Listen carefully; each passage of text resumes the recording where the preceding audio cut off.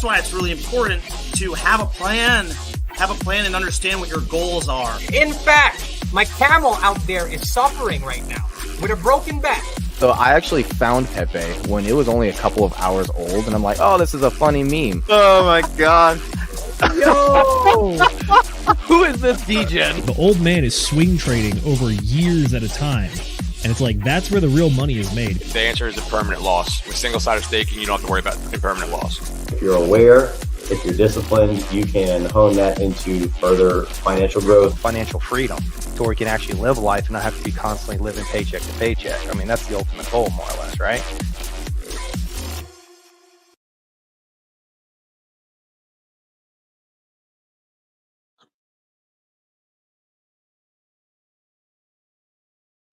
This is not financial advice, ladies and gentlemen, boys and girls, crypto degenerates, sex and squirrels. Welcome to Whiskey Wednesday. You are joined by myself and Mr. Nate McGettit, because Zenith just got like struck down by lightning or something. His fucking whole building's all fucked up. It's Whiskey Wednesday. I'm sipping on Mick Ultra, and then I've got some Bacardi and some tequila chilling out on the floor. We'll see if it's, hell yeah. see if it's a good day to crack that shit open. What's up, Nate? How you doing, bro? Oh, you know, I just got off of work, just got out of the shower and all that. It's like, let's go, let's freaking stream. Talk about whatever and have a good time. And it's community day, guys. Let's do this today. Woo! Yes, it is community day. And speaking of community day, I want to do this while it's nice and early and I only have one starred chat. So we're going to roll right on over into chat shoutouts. And then I'm going to introduce the panel to you guys after we do the chat shoutouts. So, Mrs. Producer, if you wouldn't mind pulling up our super duper crazy awesome DGen, Mr. Kenturian 54X, also known as 54 Cent, also known as the guy who does farming somewhere and talks about farming quite often. Mr. 54X says, "What's up, DGen? What is up to you too, sir? I'll give you a cheers with my glass of beers right here." And then I'm going to go ahead and introduce, for the folks at home who don't know, my name is Will Stevenson. I'm a peanut brain diamond hand, and I don't really know a whole lot about crypto, but I do know a whole lot about buying on to things that are cool and holding them forever, and then missing the opportunity to sell them later, and then, riding the entire bull market, and then missing out on all my opportunities, and then going into another bear and having fun and chilling and making friends and influencing people. But joining me today is a super cool cat named Nate McGettit. Nate McGettit is a member of the DGen Roundtable, and he's a little bit of a liquidity provider. He talks about deep dives into communities and things. He does all sorts of cool stuff. Nate, broski, how are you, man? And what's new and exciting with you? Can you explain to the folks at home who you are and what you do if I've missed anything? Yeah. I am the Ascending Man, Nate McGettit, ascending the crypto world. And I'm just here to learn, man. That's what I do. I just anything that I can really like dig my little paws into and start learning more about it. I used to think that it was kind of like the whole like government aspect of everything that I always liked the most, but the more and more I've been learning about crypto and how it works and all that, the more I've been kind of like moving into like looking specifically at projects on the blockchain, things like that. And it fascinates me a whole hell of a lot more. So yeah, I've been, I don't know, just kind of looking around, learning as much as I possibly can, seeing how I can, number one, make money, right? But then number two, be able to create these money printers. So that way, because I'm a busy guy, okay? I'm a busy guy. I work, for Pete's sakes, I just got done working another 10 and I just got home, took a shower and jumped on, right? So, hell yeah, man.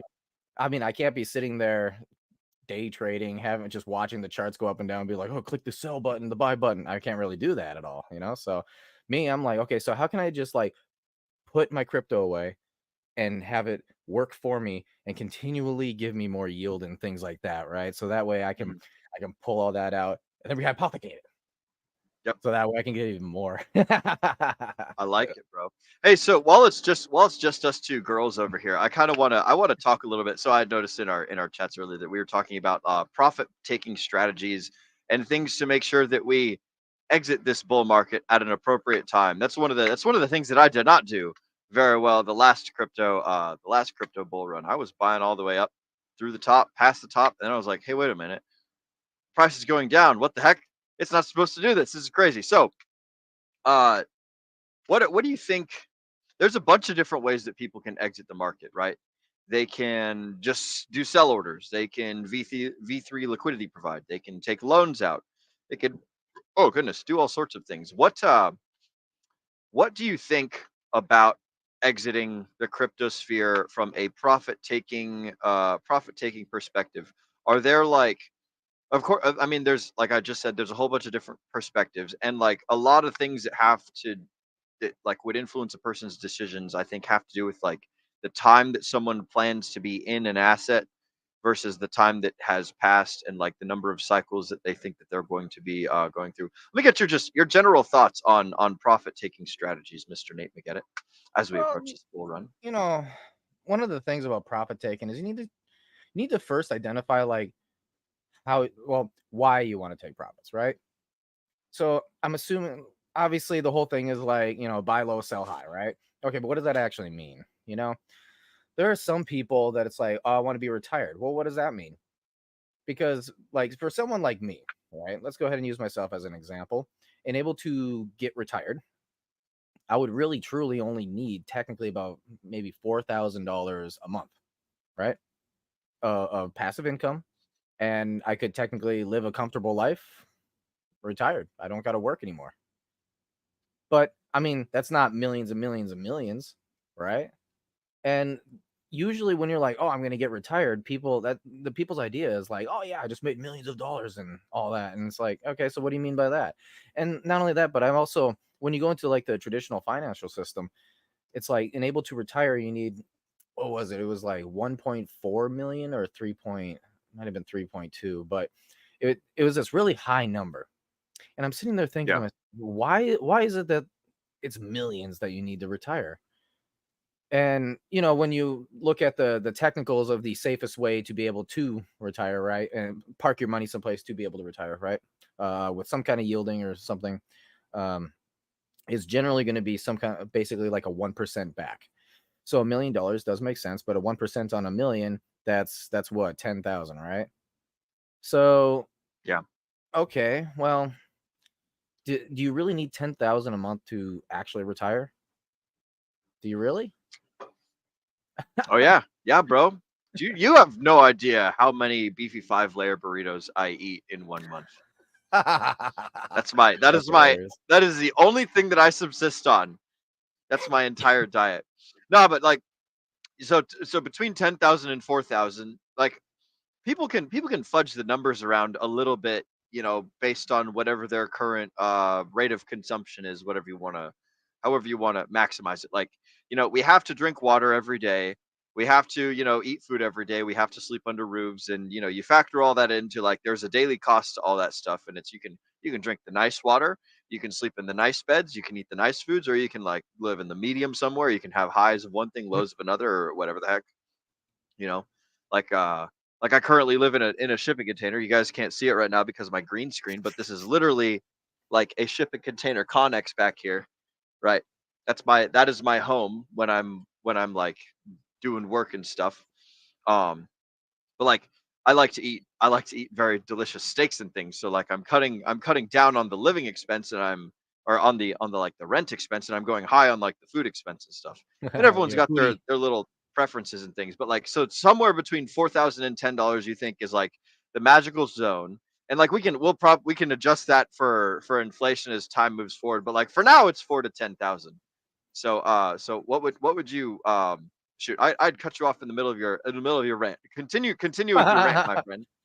Well, actually, so yeah, I mean, first off, you want to try and figure out, why it is, or why you want to retire, like how to retire, right? And so, one of the things that you could try and figure out is, do I want to just sell everything? Do I want to just sell everything, have like a massive sum of money that I can like go park someplace, right?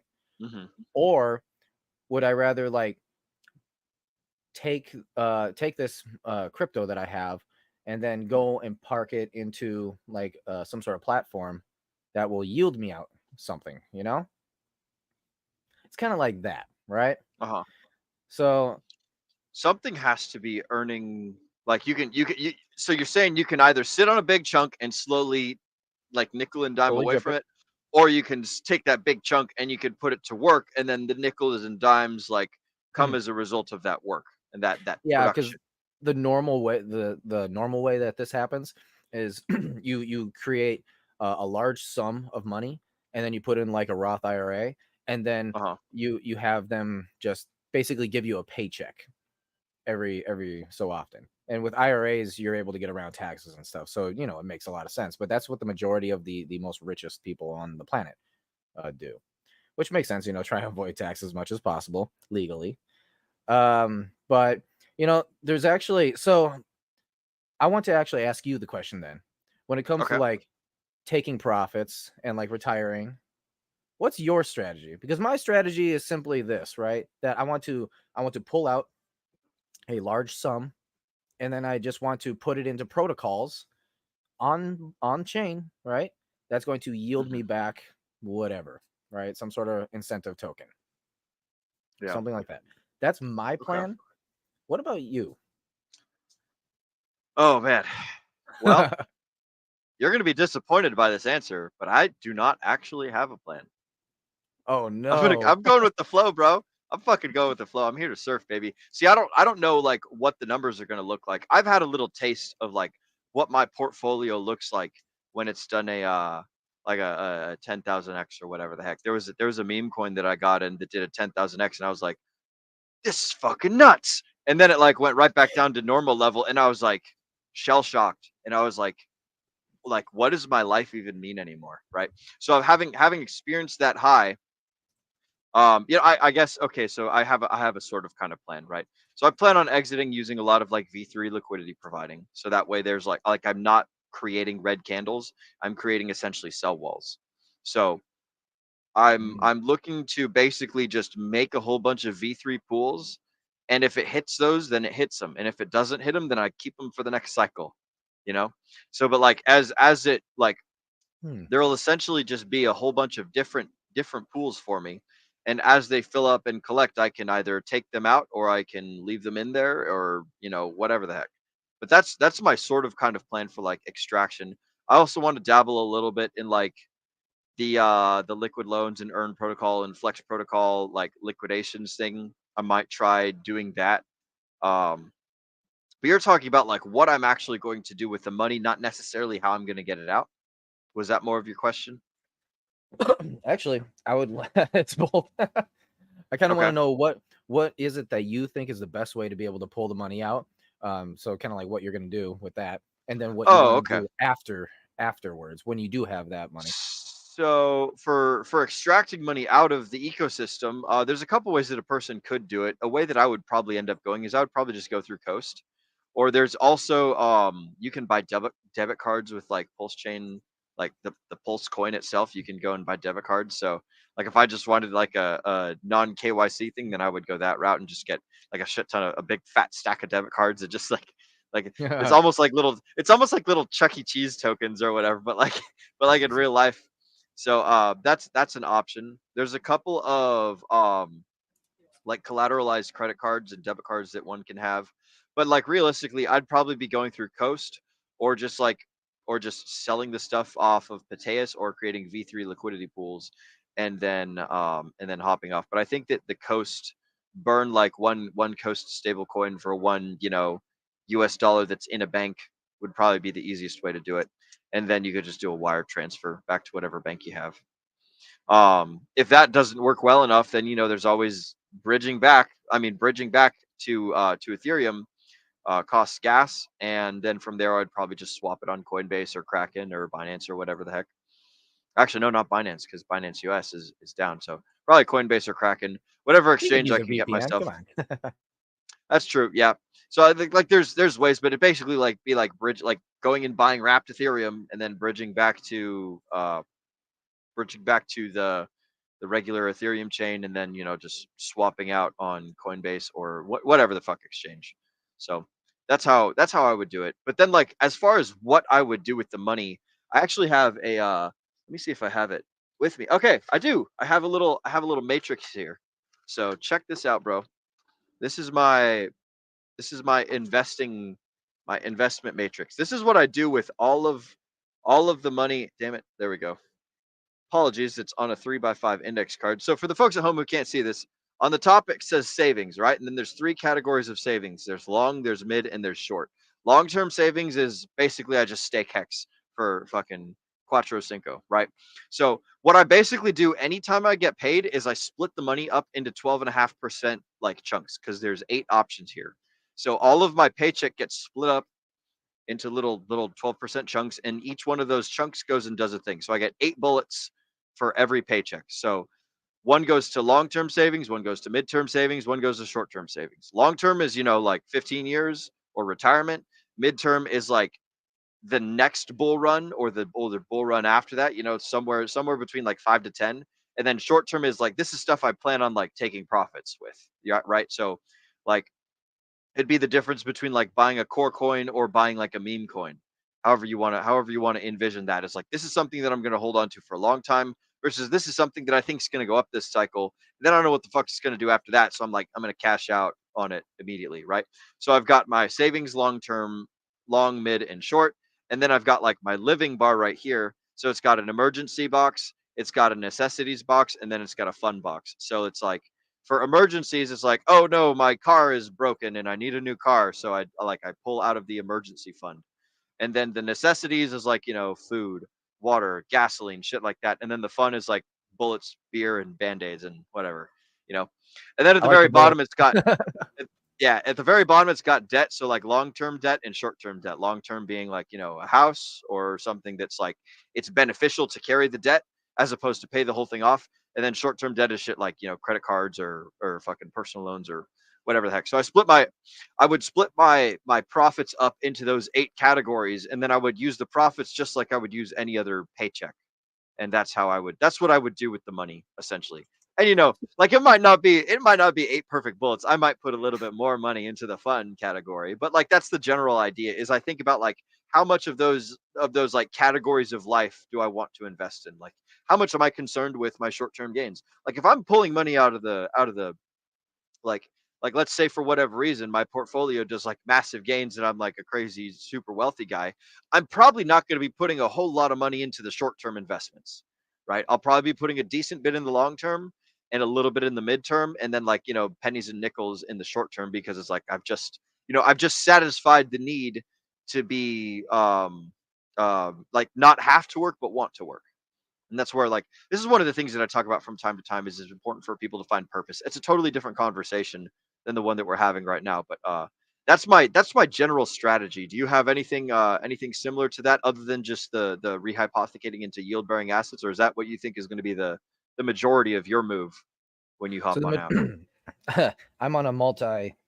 Oh, wow, excuse me. I am on a multi-year sort of strategy. The number one is to just simply have my baseline get retired, right? Yep. And that's not have to work. Yes, not have to work. Buy my time back. Okay. Once I buy my time back, I can start using that time that used to be just working into something else entirely. Different types of work. Mm-hmm. Okay. So I don't have to work anymore. So now I'm going to work, right? So hilarious. But it's what I want to work on, exactly as you said. Now, yeah, I'm basically going to be throwing everything I've got, everything that I can get this cycle at that particular thing. Is it going to be $200,000 in the end, or is it going to be 20 million? Who knows? Right. But whatever I get, I'm throwing it at that. And that's going to be a permanent staple for generations to come. Generational wealth, as you may say. It might not be very much in 20 years or whatever, right? $4,000 a month. Oh, well, what is that? It's pennies. But at least for now, it allows me to have a foundation where I can then start building on. Because as of right now, I don't really have a foundation. I've got get up, go to work, and then just be a wage slave, right? So I want to be able to escape that. And once you escape that, then you can start moving on into other endeavors, right? Other businesses, right? Doing music, something like that. Continuing on with the crypto, by the way, too. Continuing on helping you guys make it, right? Wagami. Yep. And I was gonna say, whenever you're done, we'll do chat shoutouts on the subject of yes, all of actually, I did have one thing I wanted to bring up was Centurion 54 question. Yeah, because that's actually that's a good little story that I think would provide value for people, if you know what I mean.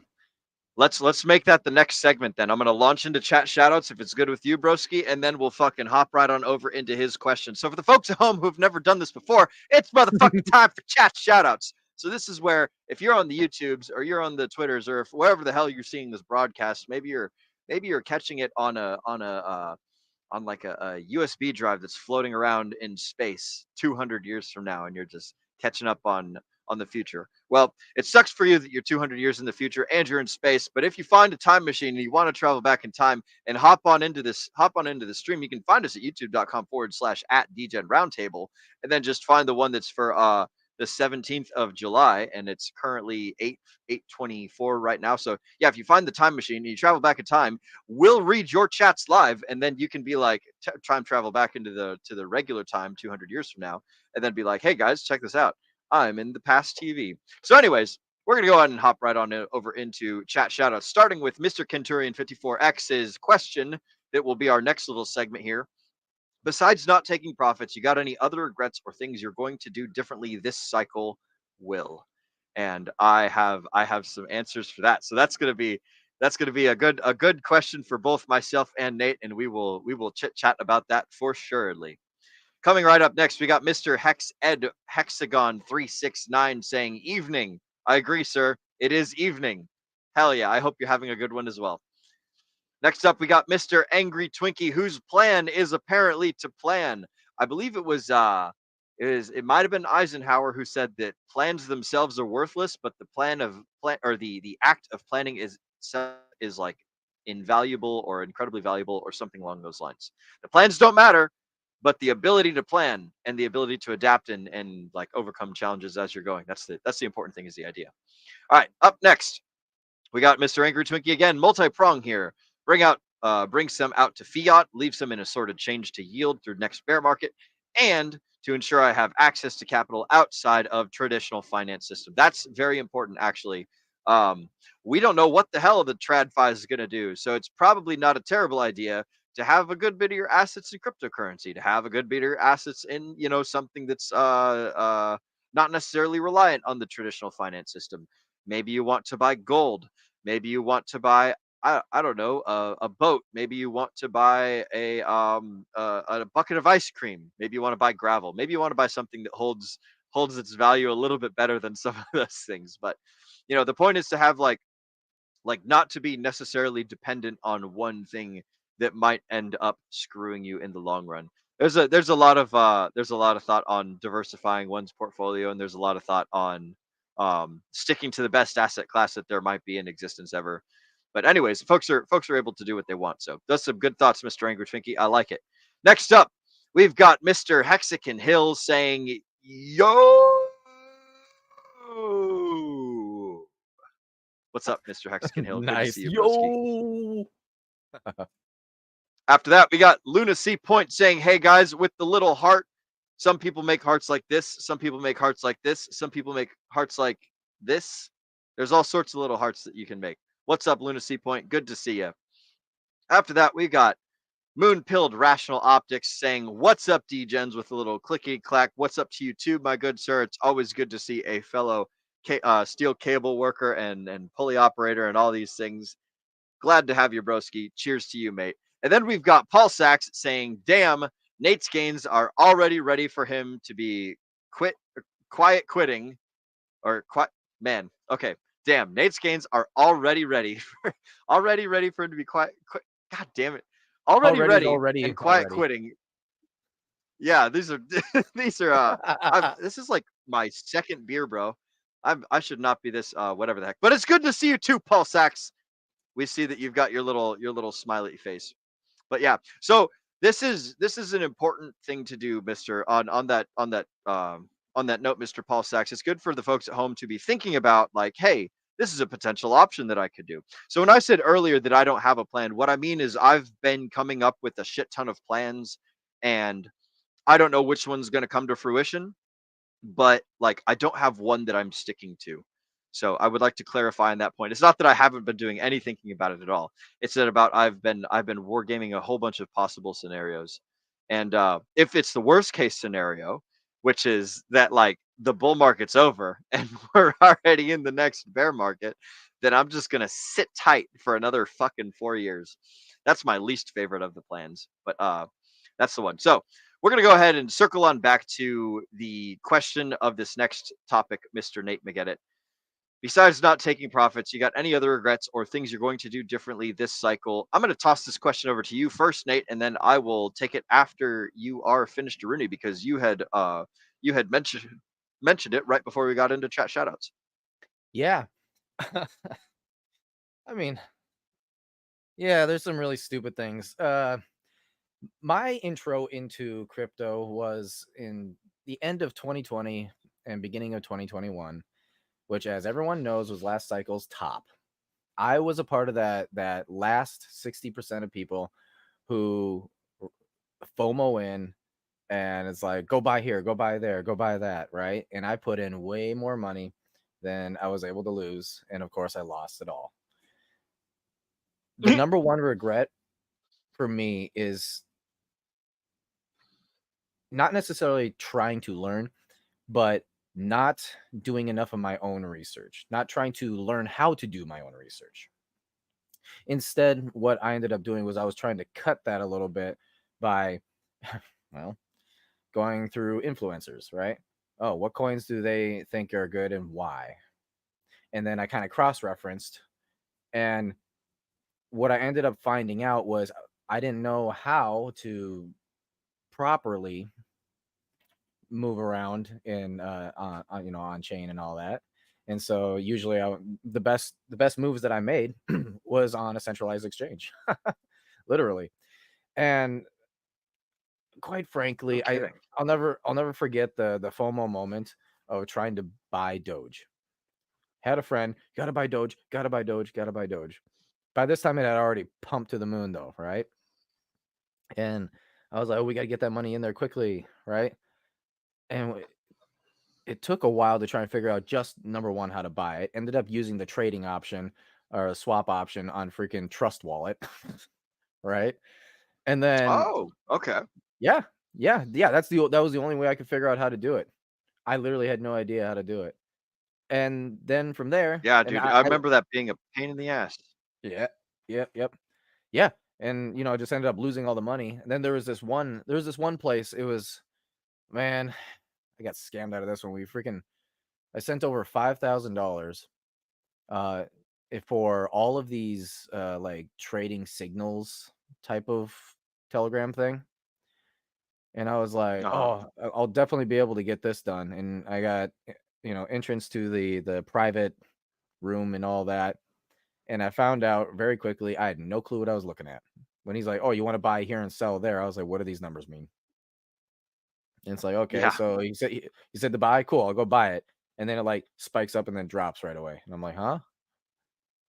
Wait, so how am I supposed to be able to sit on the computer and like be able to sell in time? And exactly. I guess so to kind of sum this all up, right? Lesson learned. I didn't try to learn enough to be able to stand on my own 2 feet. Instead, I was relying on all the most loud voices out there to be able to tell me what it is I should be doing. And there is something to be said, right, about finding people that you do trust and taking their advice or information, I should say. So the advice would be to take in the information, but you don't blindly follow that information / advice. You take a look into it first. And then knowing what you know, because you should know at least the very basics, right? I mean, dude, if I'm sitting here saying, oh, you need to go buy some Ethereum, and you're like, oh, cool, how do I buy that? Maybe you should do a little more research. Right? Yeah. That's the lesson for me. It's like, and that's how I messed you're up. not ready. Bad. And I have a good result from this then. So after I lost all that money, after this whole nightmare ended up happening, I decided, you know what? Screw it. I'm out of crypto. It's a scam, right? And that was going into 2022. And I finally came back around. Oh no. Uh-oh. I think we lost someone. Oh, okay. Did I lose you or did you lose me? Man, it's hard to tell with this stream here. Okay, I'm back. Yeah, I lost you too. You know what's weird Okay. is like we don't have a third party person to be like, hey, whose internet connection is bad? So if the chat's alive right now, type in whoever got lost, or maybe we both got lost. Who the fuck knows? But anyways, Nate, you were saying you were talking about that, like your past experiences and things. Yeah. So past experiences, which did I cut out for the part where, and I don't know if the chat was able to hear this or not, but um the part where I basically lost all my money for a day trader, basically type of thing.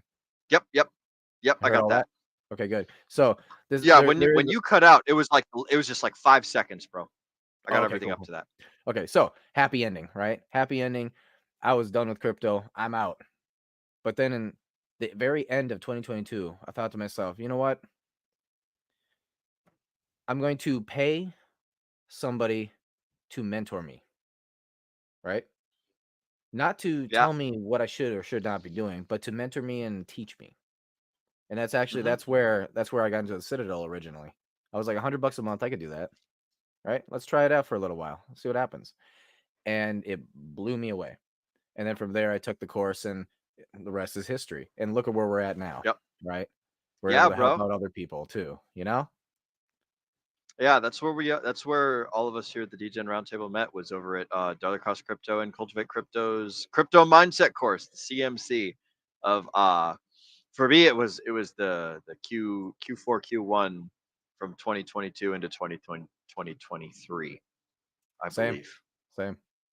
But yeah, I remember seeing your rehypothecation charts for the icosahedron like protocol and everything, and I was like, wow, damn, this dude's fucking hella smart. And I was just over there like, I was just fucking off, like buying Hedron and then using the Hedron to buy hex auctions that were on the HSI sales. That's like literally all that I did. That was the extent of my icosahedron protocol usage. Am I coming through robot-y at all? Can you hear me like robotic? Little spots here and there, but otherwise, yeah, no, take it away, man. Time for Okay, Will's cool. story about holding Bitcoin all Yeah. the way down. Bro, so that's what for those of you that have stuck around the DGen Roundtable since the beginning, the old intro, my old little soundbite before we switched over to this new and awesome intro, was where I was talking about when I first got into Bitcoin. I just started buying it like I started buying it like when it was 25,000, so it must have been like the winter of 21 or 20, something like that. I don't remember, but I know that I started buying Bitcoin when it was 25,000. I just kept buying it and kept buying it, and kept buying it. Every single paycheck is like, okay, a nice big old chunk of that going into a Cash App, and then that's just buying straight up Bitcoin, and then boom, I have Bitcoin now. Hooray! That was the extent of my like knowledge, and I would listen to the Peter McCormick "What Bitcoin Did" podcast, and that was like all of the information that I had. And then at some point, I started listening to Fresh and Fit's Money Monday stuff, and eventually, I saw, Miguel and Charlie, and they were talking about like other coins. And I was like, bah, shit coins, that stuff's crazy. Those people lose all their money. And then that was like right about the top of the top of the Bitcoin chart. And up until that point, I'd just been doing nothing but getting gains and getting gains and getting gains. And I'd like liquidated a retirement account and put it in there. And I'd been throwing in just like massive amounts of my paycheck every single week into Bitcoin. So I regret just kind of blindly DCAing the entire time instead of like DCAing when it's a good time and then stopping the DCA after a certain point. I didn't understand that. I just thought it was a thing that goes up forever and like it'll never go down and hooray and all that stuff. So that was the first thing that I will not be doing again is just constant DCAing. The only thing that I will be like constant DCAing into is like I had shown you guys on little chart right kind of DCAing that. We lost you with the chart.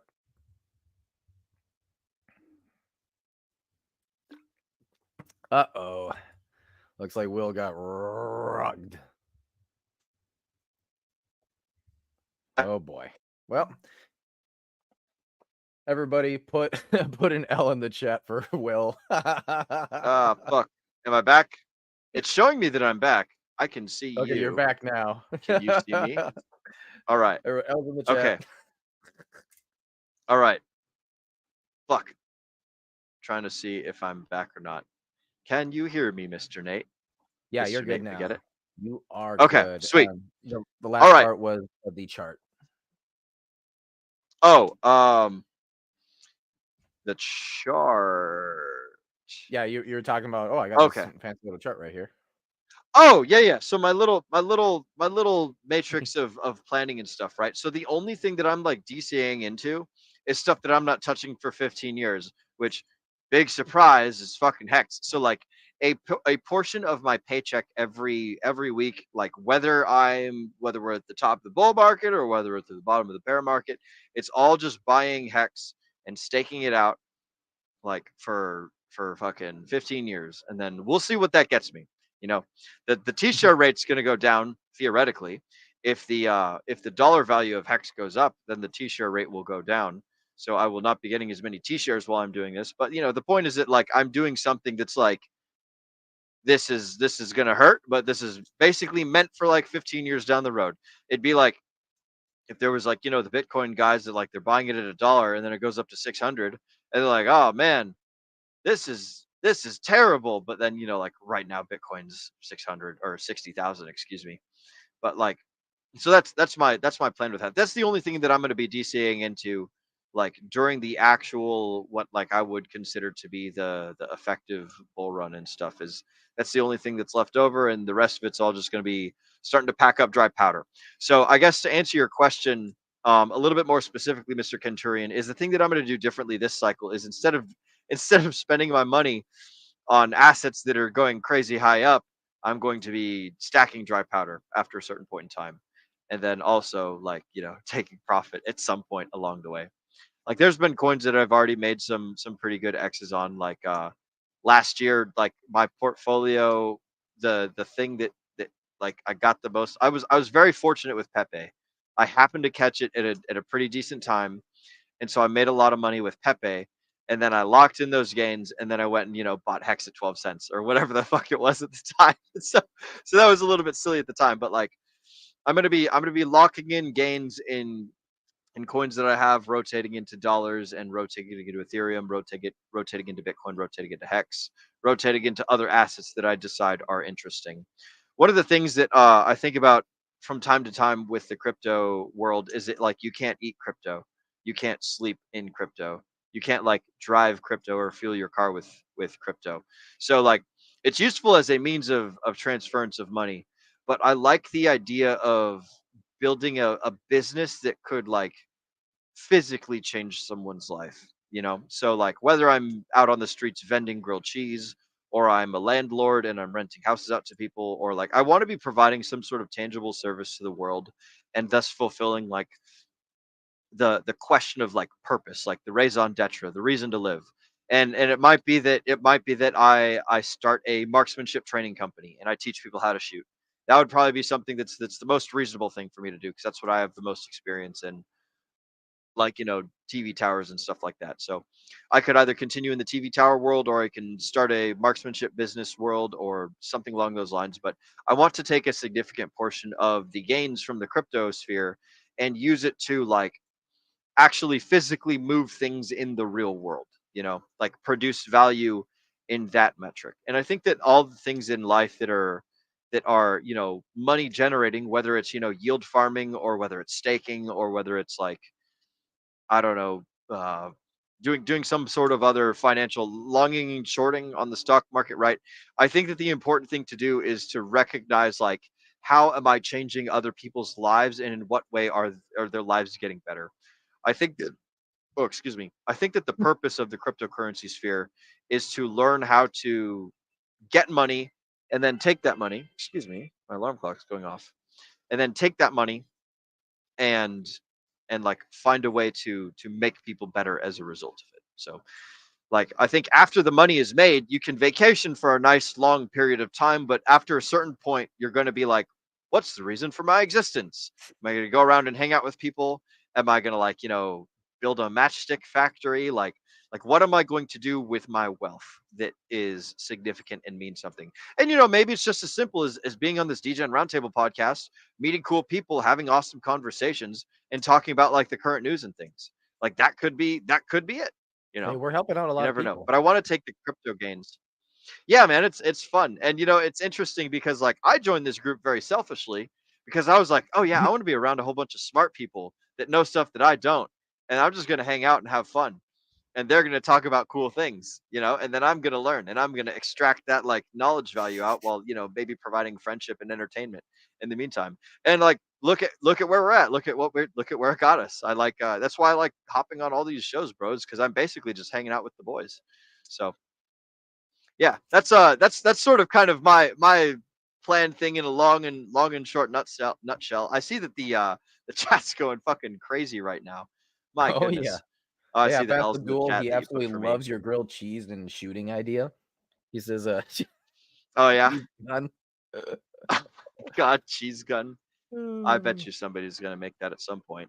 It's not gonna gonna be be a me. I'll tell freaking you that Will much. Stevenson meme coin.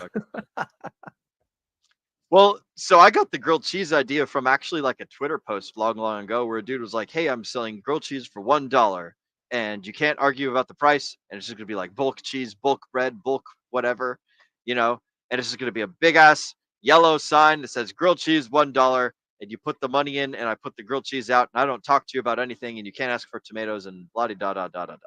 Oh, I see. We're joined by a special Agent What's up, J, Jay? Mr. Agent J. Welcome. Welcome What's to the going Whiskey on, gang? Wednesday, my dude. Good to see you both. Cheers, amigo. We're How y'all doing? Cheers, man. talking about Dude, cheers with my water. My Powerade. hell yeah. Oh, I I drank think enough that it of might that be today. my internet that's lagging. Yeah, I think you're lagging because I noticed that you've Yeah. been kind of responding Okay. to me a little bit late. Bro, you know it's Yeah, it's crazy? gotta be me. I'm So gonna close up some tabs. like Z got nuked. Will is laggy. My internet has been acting up all day, bro. All day. Whether it's Wi-Fi or my 5G data, it is like crapping out on me. So, but Scared at me least now. at least it didn't nuke me like Zenith, bro, because Z got nuked. I feel bad, dude. Yeah, So he's dude. got a He got storm struck out by there, lightning. and I guess it just got Lightning storm. blasted. Yeah. Yeah, dust storms out here in Arizona. No lightning storms. We get dust storms. We get monsoons every now and then. Haven't had a lightning storm in a while though. Yeah, we have monsoons out here where I'm at right now. Excellent. Just tons of flooding. Mhm. So I think this would be a good. Actually, this is a Agent- good little intro there, Agent J. So how about this one, right? So I was just about to head into some strategies in taking profit, right? Yeah. And one of the major things that you need to watch out for is slippage when you're taking profits. Yeah. And so the idea is always like, oh, my $1,000 just went to $1 million, right? Cool, I'm gonna pull that. It's like, okay, how do you plan on pulling $1 million out? Right? That's pretty difficult. Yikes. And what you have to do is you have to like take it out little at a time. And when I say little, I'm talking about like maybe 10,000, if not like $50,000 clips, right? Yeah. That's one way.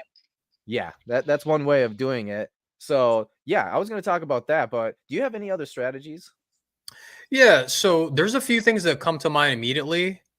You mentioned the slippage thing. So one way that you could address that is if you go in and out of the pool that has thick liquidity, right?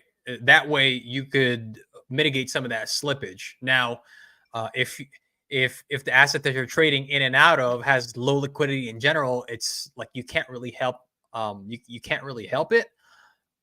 You could go like, for example, if you use Pulse X, for example, right, that has an auto router which routes to a whole bunch of different pools, a whole bunch of different pairs to get you the best order execution. That's one way to do it. You can also go to a DEX aggregator like Matcha or 1inch, right, because that'll also allow you to get the best order execution.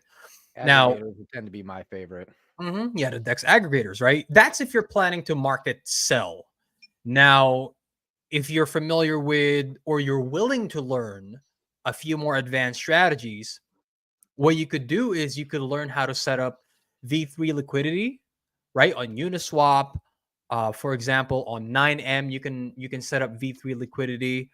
On 2FUX, you can set V3 liquidity, I believe.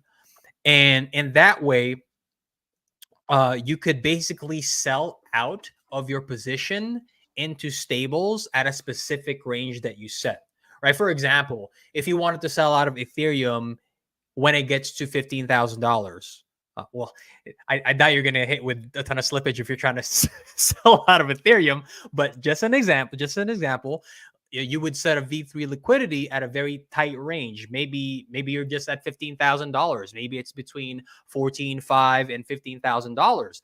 And so while Ethereum is trading around that range, the pool will allow you to exit out of your stables, and you don't have to worry about any of the slippage, right? Because you set that position in a V3 pool. So those are the the initial thoughts that come to my head. I'm certain that there are a lot more advanced ways that you could sell out of positions when you're taking profits, but those are the ones that come to mind, right? Look for a pool with very thick liquidity. Use a DEX that has a good routing so that you get the best. So you trade out of the best pairs and in and out of the best pools that have the thickest liquidity. Go to a DEX aggregator, or learn how to set up a V3 position in a DEX that allows you to do so, like a Uniswap or a 9M if you're in Pulse Chain. Yeah, the V3. I haven't actually thought about doing that one right there. One of the ideas that I was actually kind of thinking about a little bit is because I don't necessarily want to like sell my Pulse or whatever. I was actually thinking about something like liquid loans, and maybe perhaps doing a certain technique as things are going down to allow myself to get liquidated instead. Basically, just kind of like maxing the amount that I can pull out. Because technically speaking, depending on how things are at the time, right, you might actually avoid more slippage by allowing yourself to get liquidated and just pulling all of that all that leverage out, rather than actually than just market selling it. And so obviously that's a decision that's there. Yeah. Or here's the no-brainer easy way to do it. If the asset that you're wanting to sell out of is supported on a large centralized exchange, just go to the centralized exchange and pay a little bit of a fee. Or if it's like multi-5, multi-6, you might pay a little bit more than a small fee, but it's a no-brainer. You don't got to worry about it. That's also one way, right? I love how the last one that we mentioned is literally like the most simplest and no duh one. Well, I mean, I make the assumption that a lot of the people that watch us are probably somewhat DeFi native. So if given the choice, most of these folks will probably want to stay DeFi native, right? They want to contribute, and if they're going to pay fees, they might as well pay fees to the protocols that they like. So my assumption is people are going to want to go the DeFi route first, but there's always a centralized exchange route if allowed. And this one just came out of my head. Remember when we were speaking a few months ago about some Visa and MasterCard partnering with MetaMask, partnering with 1inch that allows you to basically trade in and out of a debit card? If that's a service that is allowed in your country, maybe take advantage of that. But here in the United States, unfortunately, we don't have that option just quite yet. So Centurion 54 right here, he's got a question. Would you trust holding the liquid loans stable? Here's the thing. When you do pull them out like that, you can actually move those stables around to multiple different stables. That way you don't put all of your eggs into one basket, right? I mean, I can get a little bit of DAI, Tether, USDC, PXDC, and then I mean some Coast as well. Like there's a lot of different ones just on Pulse Chain alone that you can throw it into, right? So it doesn't necessarily have to be that one. And that's actually what I do plan on doing. When I do pull, I'm going to be pulling multiple different stables. I'm going to go throughout many different blockchains, and I'm going to be placing those stables into yield farms. And then it's going to be really annoying, a little bit of work like every single week or month, whatever I decide to do there, because I'm going to have to go with like multiple wallets and then multiple chains and then multiple times having to freaking pull everything out, then consolidate it eventually. But one of the things that you were talking about there, Jay, I wanted to comment on was, yes, a really, really good thing that I'm thinking about doing, kind of like how to live my life, right, is going to be using those crypto credit cards. Those are absolutely fantastic because not only can you use your crypto to pay them off, right, but then for the majority of the world, that any places that you're going to want to go and visit, for the majority, it is electronic, uh, electronic transacting, right? Mhm. So those will work out Yeah, absolutely chips and perfect. manuscripts and stuff. Yes. Yep. And then you can also, it doesn't matter what the denomination is. It doesn't necessarily have to be US dollars. It could be anything, right? Yeah. And then not It could be only dong. what was that? Oh Could yeah, be the dong. dong. That's Abdul's favorite currency. I'm gonna get a whole bunch of dong. But yes, to finish this off though, not only that, but then you can also use those credit cards to pull out any type of currency you want from any kind of bank that's around the world. And then you can, run around with cash in places that only really use cash. Mhm. So it's an absolutely fantastic idea Yeah. to use that type of thing. Yeah. I will say though, Centurion, in regards to your question, I would personally, if I was to hold all of my eggs in one basket, Liquid Loans has been audited multiple times and they are over collateralized. So that means that they have enough in their reserves to actually back up the USDL stablecoin that they are minting. And so if you're going to hold your stables in the USDL loan token, USDL stable, then you can be confident that they've been audited multiple times and they are over collateralized when it comes to the reserves. So that's what I have to say for USDL.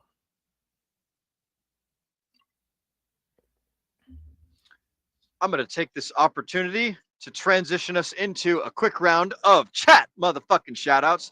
And then we'll go ahead and kick this link out. If there's any of you guys in the chats that want to join us up here, we can talk to you about your guys' exit strategies, some cool ways you thought about taking profits, and some information for the folks at home. Or you could just fucking sit here and shoot the shit with us. Who knows? But we're going to do chat shout outs. And then, Mrs. Producer, why don't you go ahead and spread that StreamYard link on into the chats, and then we'll I think we'll also post it up in the Telegram. I don't remember how you do it exactly, but Mr. Producer, go ahead and send out the beacon of hope for the folks whilst I read Beacon of hope. chat. Yes, the beacon of hope. So first up, we got Mr. Ramon Carrillo. Mr. Ramon says, "What's up, fam? No whiskey for me, but I'm gonna have a beer with you." Well, cheers to you, good sir, Mr. Ramon. I'm having some tequila right now in my 15-pound coffee mug. So cheers to you, amigo. Hope to see you soon in the near future. Delicious and very heavy. All right, next up, we got Maddie Allen with Hex Therapy Live. What's up, y'all? What's up, Maddie? Good to see you, amigo. Glad to see you in the chats, hanging out, having fun, as always. After that, we have got Mr. Fast Abdul. Grilled cheese is the key. I've never used grilled cheese to unlock a door, but I'm going to take your word for it. Maybe they have different door locking mechanisms up there in Canada where you have to insert a grilled cheese in order to unlock the door. I don't know what you guys do. Y'all got square wheels and y'all got a single road up there and a whole bunch of Newfoundlanders. It's a crazy place up in Canada. But yes, grilled cheese is definitely the key. After that, we've got Functional Crypto. Functional Crypto. Wow, what a name. I like that. Now that you mentioned it, my home internet has gone out 2 or 3 times today.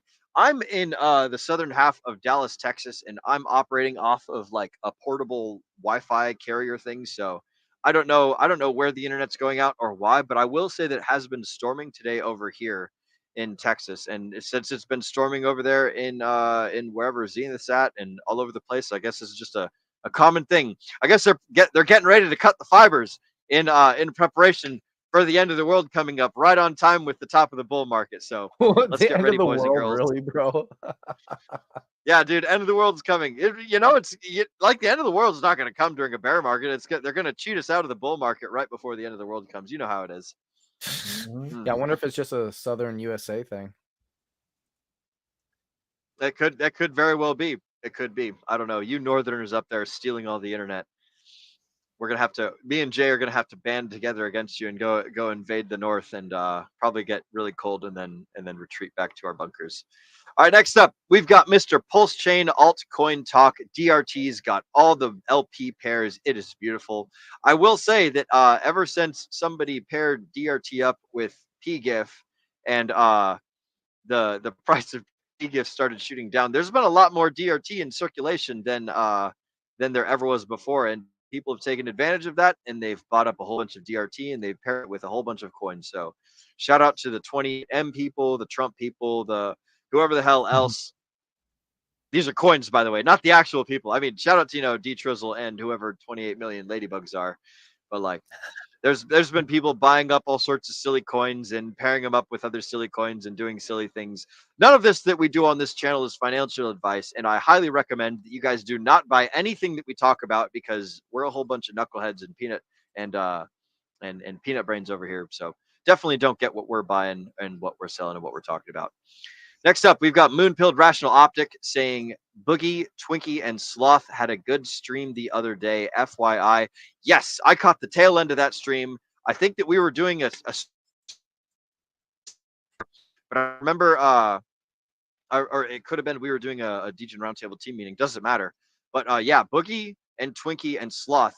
So Crypto Boogie, Mr. Angry Twinkie, and Crypto Sloth were all on the same channel. I believe they were streaming off of Boogie's channel, if I remember correctly. Sunday evening. Yeah, they might have been dual casting to all of them.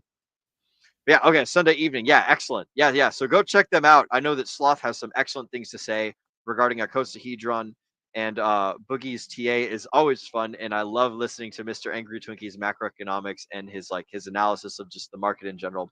Those guys are some excellent, cool cats. Metaball in real life, they're super fun people. Highly recommend everyone go consume their content, because they're just great people with great information. And then finally, for chat shoutouts, we have Mr. Tin Top saying, "What's up, Hexicans? What's up to you too, Mr. Tin Top? Always glad to see you." I like that. I think that his Tin Top is actually that Mandalorian helmet. I think that might be what the name is all about. I've finally put 2 and 2 together after he's been hanging out with us for like a year, 9 months, or however long. Shout out to everyone in the chats. Everyone, give yourselves a pat on the back. If you guys want to hop on the stream, then Mr. Nate, the ascending man of the Degen Roundtable, has posted the StreamYard link in the live chat right there below. So you guys can click on that link, StreamYard.com / all those letters and numbers that I'm not going to read out. And you can hop right on stream with us, and we can talk about your exit strategies and the ways that you might get out of the assets that you're holding, and yada, yada, yada, and all that good stuff. So hop on over, come say hello, come hang out, come have fun. And other than that, we're just going to carry on continuing this conversation. So Jay, one of the things that me and Nate were talking about before you hopped on is like what our particular exit strategies were. And if you wouldn't mind sharing, do you have anything for the folks at home as far as information or not information, but like maybe some sort of guidance for things that you're going to be doing for exiting out of the Pulse chain without giving away your cards or your magic sauce or anything? Do you have any advice? Do you have any insight? Are you doing anything unusual to get out of the Pulse chain or out of the crypto space in general, not necessarily just Pulse chain, when it's finally time to take those profits? Nothing too crazy. We spoke about this a little bit yesterday on the Tuesday Telegram call, and as far as exit strategy is concerned, me and I guess the rest of the team are waiting for some key indicators to tell us that it is time to get out, top of the bull market kind of thing. So we're looking at a few on-chain indicators, one of which we went over yesterday was the Pi Cycle top, the Z-score. Obviously, we're looking for the greed to be at a max level. We're looking for divergence, like bearish divergence on the daily and weekly time frames on the RSI, right? We're looking for a very greedy sentiment shift, right? And you can tell fairly easily when everybody on legacy media, on crypto Twitter is talking about how the bull run is never going to end and how we're suddenly at an extended cycle, right? So that's really when I'm going to start dollar cost averaging heavily out of my holdings, just because when the market is frothy and everybody is greedy, that's usually a time that it's never a bad time to start taking a little bit of chips off of the table, right? As far as like how I'm going to exit, we went over a little bit of those strategies earlier with Nate, as far as like how to avoid significant amount of slippage and how to get the best order execution. But like what I'm going to exit into, most likely real estate, probably 1 or 2 properties to start off. And to be quite honest, guys, like my cost and my standard of living is like so low. I'm not a fancy person. I don't buy a lot of like material things. I wear the same exact clothes, the same exact shoes, the same exact pants. I like most of my money is probably going to be funneled back into one, the business here, and then two, the business, which is DRT, right? Focus on growing those two things. And then anything extra, I'm probably just going to I'm going to spend it on my family. Like if we really exit big in this bull run, I'm probably going to retire my parents. I'm probably going to retire my in-laws. I'm probably going to pay off my sisters, my baby sister's student loan debts. Right, that's really where all of that money is going to go into, and then obviously a huge portion of that is going to be set aside for taxes, set aside in stables to re-enter back during the bear market, right? Because even during a bear market, there will be opportunities to make money as long as you're paying attention. So strategies, those are going to be my strategies, man. Fairly simple, right? Nothing too complicated. Don't let people overcomplicate shit for you. When things get overheated, it's going to become fairly obvious, right? And if it's an extended cycle, fan fucking tastic, right? You leave a moon bag, and then if Bitcoin, instead of going to like $150,000, it goes to $300,000. Wonderful, you got a moon bag. You can still take profits, right? But don't buy the Kool-Aid. Don't drink the Kool-Aid of like, yeah, it's gonna be different this time. It's gonna be like an extended cycle. We're never gonna come down, right? Yeah, that's how you get wrecked, man. That's how a lot of people got wrecked. I don't know if you guys we all started like beginning of 2022, and people were like frothy as hell on crypto Twitter talking about how it's an extended cycle and the bull market's never going to end. They got wrecked, right? People didn't take profits, and if they did, it was at like when Luna already happened, when Three Arrows already happened, when Celsius already happened, and they just weren't able to take a significant amount of profits like they would have been able to if they didn't drink the Kool-Aid. So simple stuff. I like that. Mr. Paul Sachs comes in with an excellent and outstanding question. I was hoping that this would come up at some point tonight. But Mrs. Producer, if you wouldn't mind pulling up Mr. Paul Sachs' latest chat right over there, we go. Is exiting on chat and followers frowned upon? This is a good question. I personally, if I'm going to be exiting the market, if I'm going to be selling something, I'm going to tell you guys about it beforehand, if I can. If like at the very least, I'll be posting about it in the Telegram chats, and also you'll see me being like, "Wow, this guy's fucking crazy, and he looks like an idiot. He's selling some shit right now." That's my general plan. I don't know if I'll have time to do it on a stream, but I'll be talking about it. Yeah. And I'm not fond of people buying while I'm exiting. The only thing that I'm going to be buying the entire time is going to be motherfucking Hex. So like I'll be buying Hex when it's up at fucking whatever the top is. I'll be buying Hex all through the next bear cycle. I buy Hex every single fucking week, and I stake it out for 15 years every single week because I'm a silly goose who has drunk the Kool-Aid heavily. So that's one thing that will not be changing. I will be selling Hex and buying Hex at the same time, which is not very smart. Yeah. But it's like two different investment strategies, right? Yeah. I have my bags that I'm going to cash out this cycle, and I have the things that are going to be, la la land. Who knows if I even live to see 15 years from now. But that's like the only thing that I'm just going to be consistently buying throughout the entire bull market. But yeah, that's my thoughts on exiting on chats and followers. I've always thought that that's a pretty bad form. Like one thing that I think is very, very valuable is reputation. And if you're saying one thing and doing another, then that's bad juju. That makes you a liar. And like while it's not necessarily appropriate for me to broadcast all of my financial, moves to every single one of you guys here and there, I don't think that me using my influence, if like for the tens and tens of viewers that are watching this, right? I don't think that it'd be appropriate for me to be using my influence to be saying, "Hey, you guys should buy this thing," while I am also selling it. I think that makes for a scumbag person, and a lot of my wallets are doxxed already. There's some that are probably secret. There's some that I don't even know about because I've forgotten about them. But like, I'm not going to be the guy that will be caught with his pants down saying like, or you know what? I'm not gonna phrase this as a positive, as a negative statement. I'm gonna phrase it as a positive because phrasing is important. I'm going to be a person that does what I say and that says what I do or says what I does. Ah, man, this fucking tequila's getting to me a little bit. But the Close point enough. is, like, reputation is important, right? Reputation is important, and I don't respect people that dump on their followers. So, you know, Reputation is currency. obviously, yeah, you should not believe me when I say that either. You shouldn't believe me when I say that I'm not going to be dumping on you guys. You should just observe my actions. Don't listen to the words. Observe the actions. That's one of the things you guys get if you ever take Michael Sartain's Men of Action leadership course.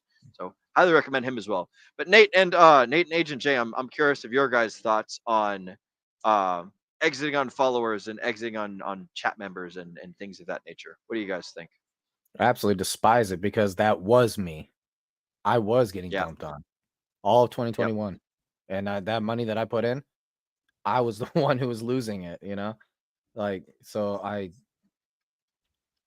very, very, very much dislike. My personal thought on it, number one, like Will said, we're pretty we try to be as transparent as possible to our community when we think that the market is getting overheated and when it's time to probably take profits.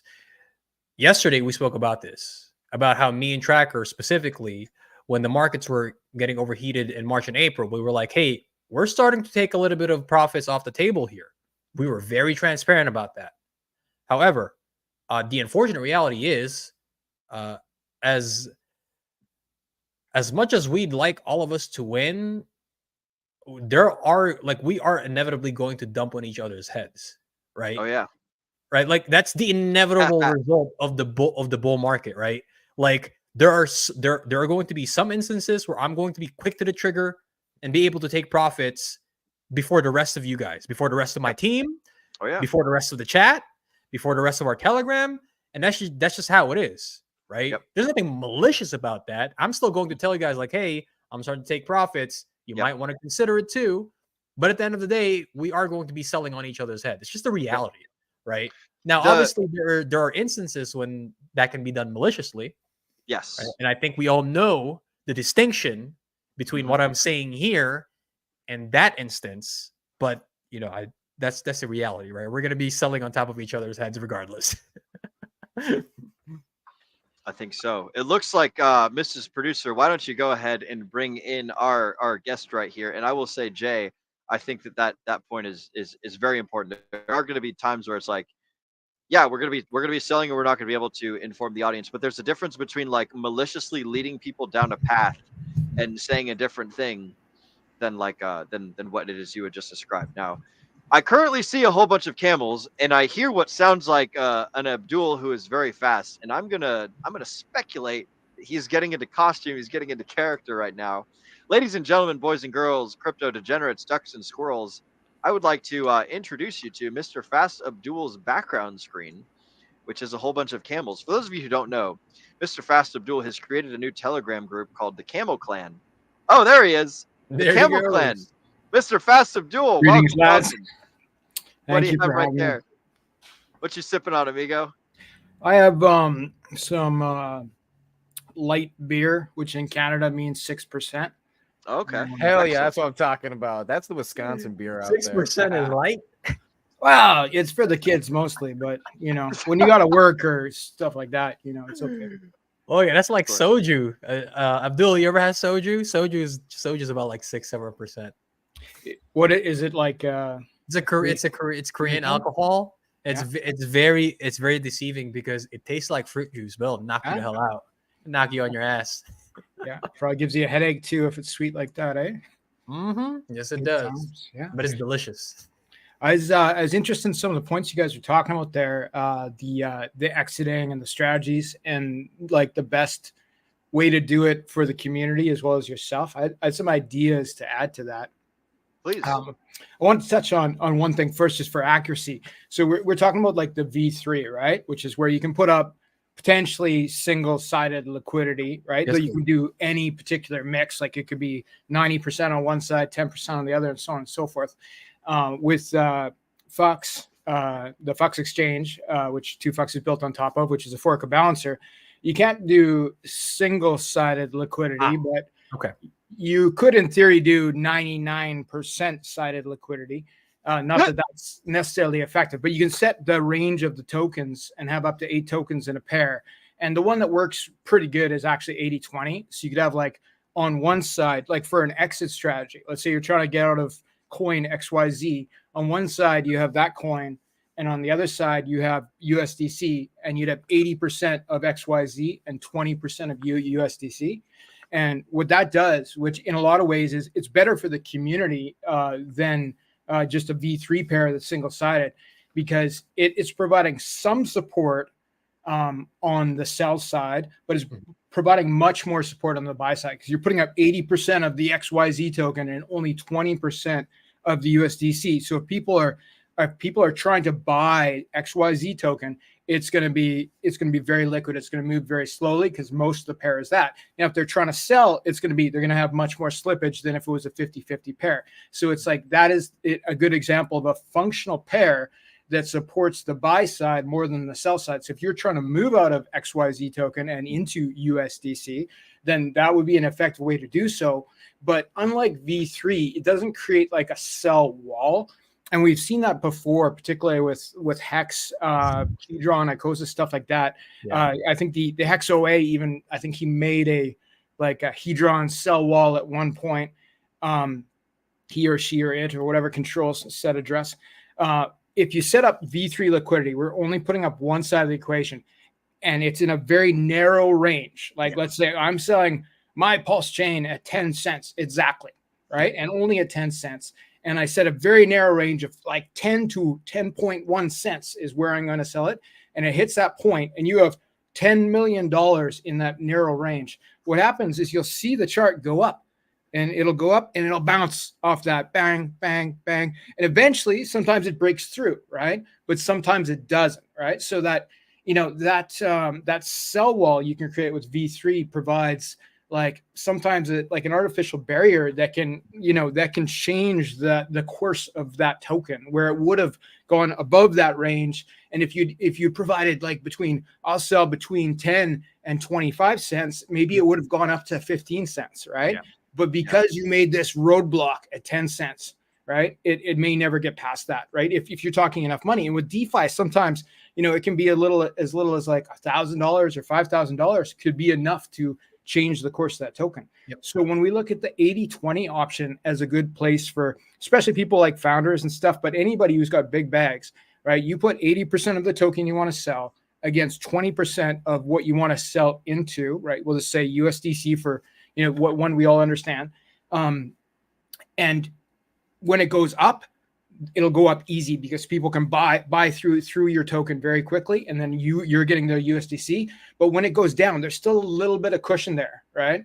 But it's not, you're not putting up nearly as much risk. It's in fact less than half as much risk than if you went in with a 50-50 pair where you were 50% USDC against 50% XYZ token. But 20% is, less than 50% of 50%. So it's, there's a substantially less risk, but substantially more support and no roadblock like you could get with V3 liquidity. So that's just a concept there. But with that concept, I would also bring in the idea that you could farm out of your position, right?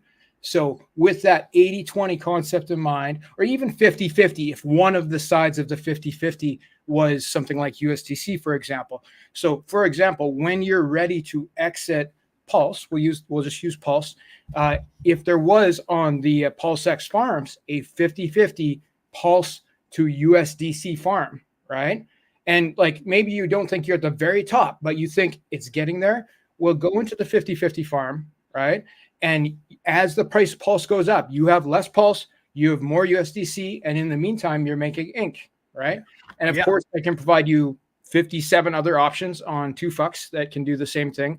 Some of them paired with stables so that you can move into stables. And I think as we get closer to what we all believe is maybe the top, we'll see more and more farming options like that.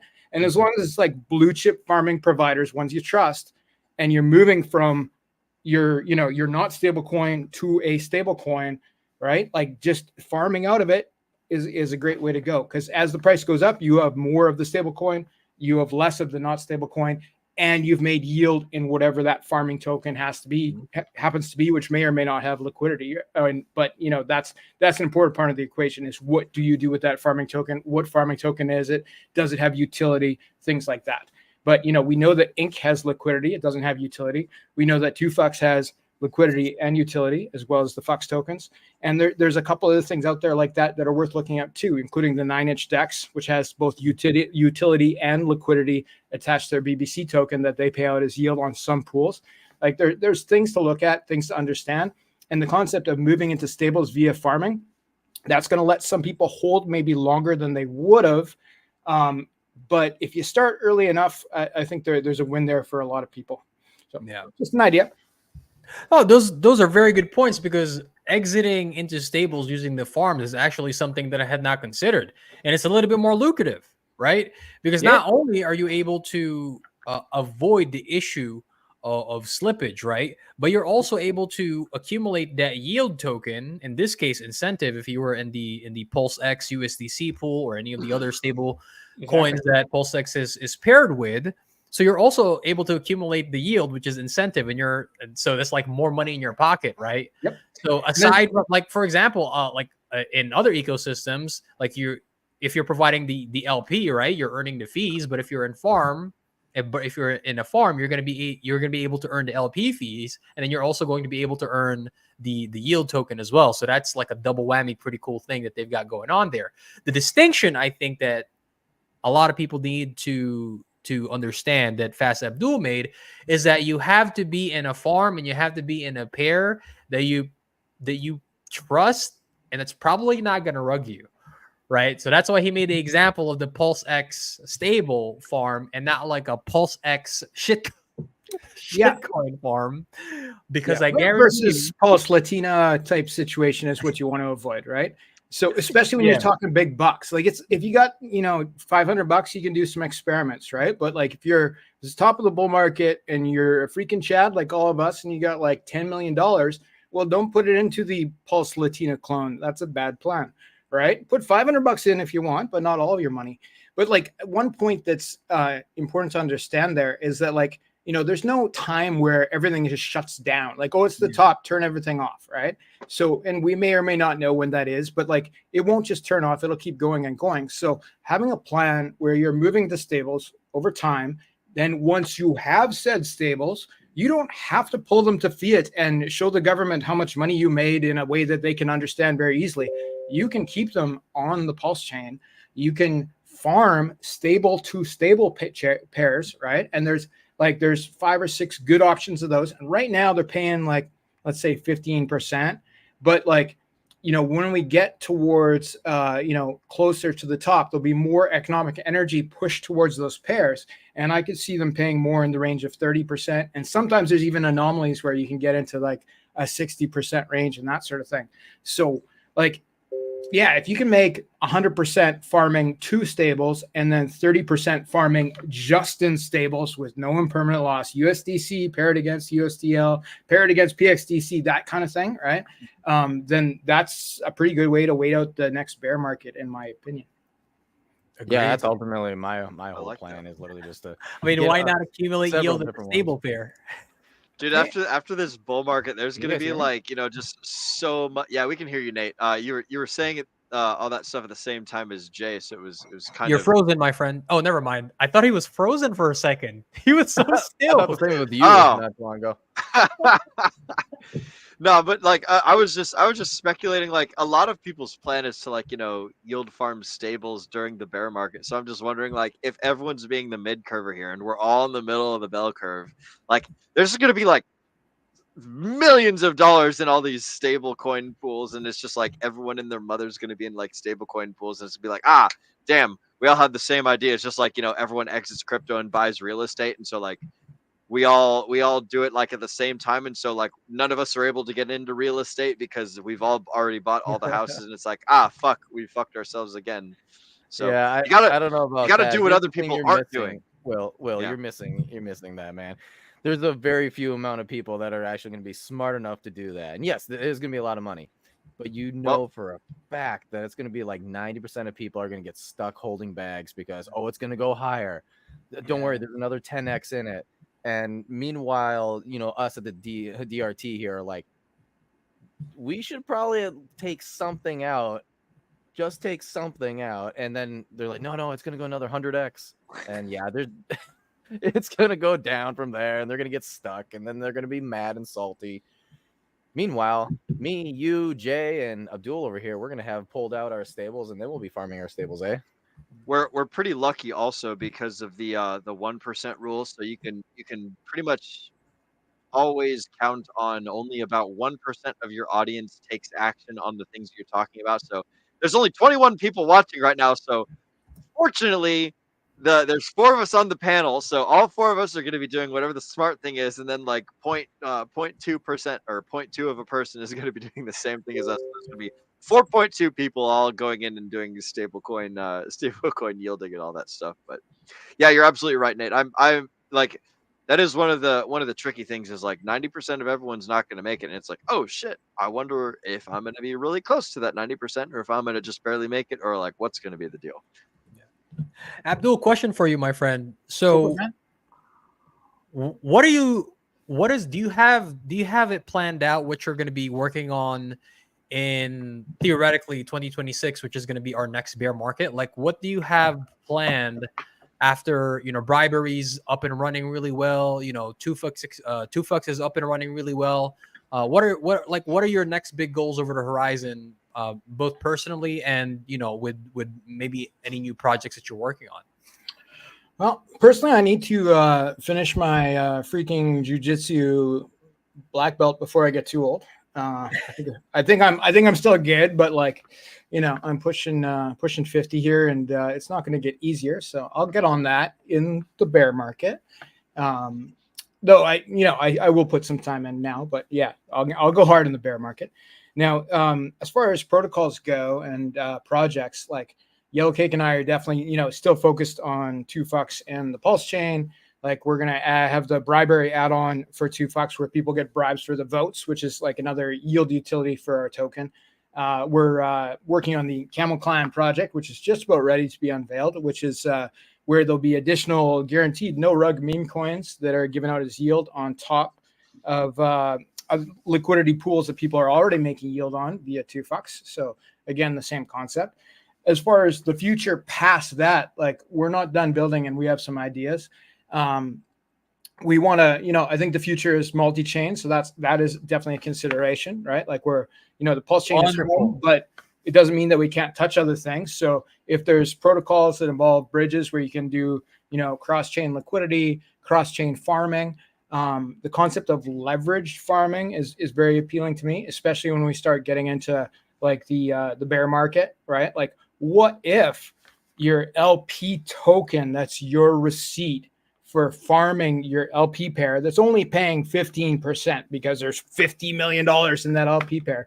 What if you could take leverage out against that and, use the thumb slider to increase it to 45% that you were making on your stable coin? Yeah, so like somebody would lend to you against that, right? What if that was out against an equity or something, right? You got equity in something, take a loan out against it. Smart. Yeah, because like everything that's liquid, right? And we've learned this from looking at the liquidity forks on the Pulse chain have been largely fairly successful, right? So we have liquid loans, we have Earn and Flex, which are all forks of liquidity from Ethereum, right? Which is like their over collateralized stable coins. So the concept of over collateralized and instant liquidation, those are the 2 things that you need to be able to give people safe leverage that has a cap on it, where you can't do 50x leverage, right? And where the people who are providing the funds for the leverage that you want, where they feel secure enough to provide the funds and where they're incentivized to do so. So, you know, if you combine those systems with the concept of LP tokens are also liquid, and if you're farming and making money on something, doesn't mean it's worth less money. It means it's worth more money. So if you could leverage those things, I think that would be interesting. If you could leverage it cross-chain, I think that would be cool. If you could bridge everything from other chains that you're leveraging over to Pulse Chain, where you could do it with almost zero fees, but still have the same utility, I think that would be cool. And I think that would be the kind of thing that would get the people from AVAX and Polygon and basically any EVM chain. I don't have a mental solution for non-EVM chains at the moment over to Pulse Chain to play the game. So, you know, that just some ideas, nothing complicated. Well, I'm certainly looking forward to any of your multi-chain projects. I think that's probably going to be one of the bigger narratives, if not late this cycle, next bull cycle, right? In our next 4-year cycle, because it seems like with all the adoption of crypto is getting around the world, finally here in the US, that a lot of these different protocols, they seem like just isolated islands. And so when you can develop something cool and like something amazing like multi-chain, right, where you don't have to jump in and out of all of these different L1s and L2s, and all of that stuff just happens in the background, and all of that liquidity exists for you without you having to go looking for it. I think that's going to be one of the bigger narratives. Like I said, late, maybe if somebody can come up with something cool late this bull cycle, or probably next one. So looking forward to that for sure. Yep. I think the technology is already out there technically, but you know, it does have to be made. Anyways, Will, I have something that we're gonna do next, and it's actually oh, I can't read upside down. I was gonna try reading it backwards, but I can't do that. We're gonna do some chat shout outs for the folks at home who've never seen this before. We're gonna shout out the members of the chats and encourage you guys to engage with us by reading your comments and saying all sorts of things. And then we have another guest that we're going to be adding along with us. So very stay cool. tuned for that. All right. So, Mrs. Producer, if you wouldn't mind pulling up our first chat, it is from the #1 Pulse Chain and cryptocurrency cheerleader, Mrs. Tam Tam. What's going on, Tam? What's up, fam, is what she says. Good to see you, Tam. Glad you could make it. Excellent to have you here. Right up next, we've got Mr. Green Observer. Howdy, y'all. Howdy, Mr. Green Observer. For those of you who don't know, the Green Observer is a very crucial part of my brother Sam Stevenson's streams for the Bungalows for Bachelors housemaking stuff. He does all the music over there. It's good to see you, Mr. Green Observer. Thank you for hopping on in here. I hope you learned something today and have fun, especially. Next up, we got Mr. Bright Light Crypto. How is the camel lately? Mr. Fast Abdul, how's the camel lately? Camel's good. Yeah. You got to watch those camels though. They'll spit, they'll kick. They're not to be trusted. Watch out, they spit. Excellent. I remember that. I've seen the I almost said the Lion King, but that's the wrong one. I've seen the not Prince of Egypt. Fuck. Aladdin? That's the name of it. My God. Yeah. I got it. All right. Okay, up next for chat shoutouts, we got Mr. Hexagon Lost in Asia, low on bar hoppers. I will say, Mr. Hexagon Lost in Asia, if you wish to hop on over here, broski, feel free. Just click on that StreamYard link, which I'm sure we've spammed in the chat below. Mr. Producer, if you wouldn't mind, go ahead and dropping that in the chats again for the folks at home who are watching and that might want to hop on over onto the stream. Or Mr. Nate, I know that you dropped it last time. Whoever wants to hop on in, all you got to do is click on that StreamYard link that's in the live chats. And it might be posted up in the Telegram. I'm not entirely sure. If I was a clever boy, I could read it, but I can't do two things at once. So I'm hosting right now and working on that.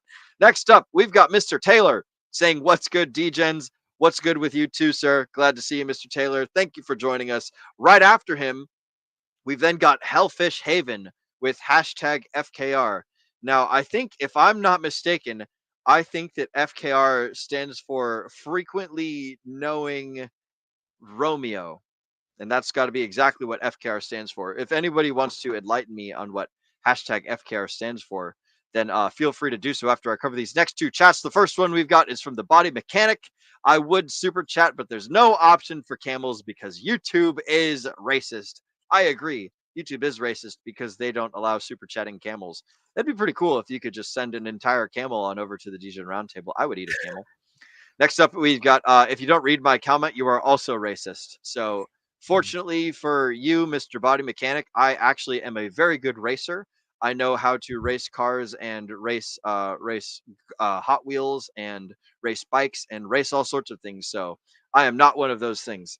And that does it for chat shoutouts. Mrs. Producer, why don't you go on and bring on up to join us the one, the only To boldly go where no man has gone Here's Donnie, before. or well, apparently he'll be joining here shortly.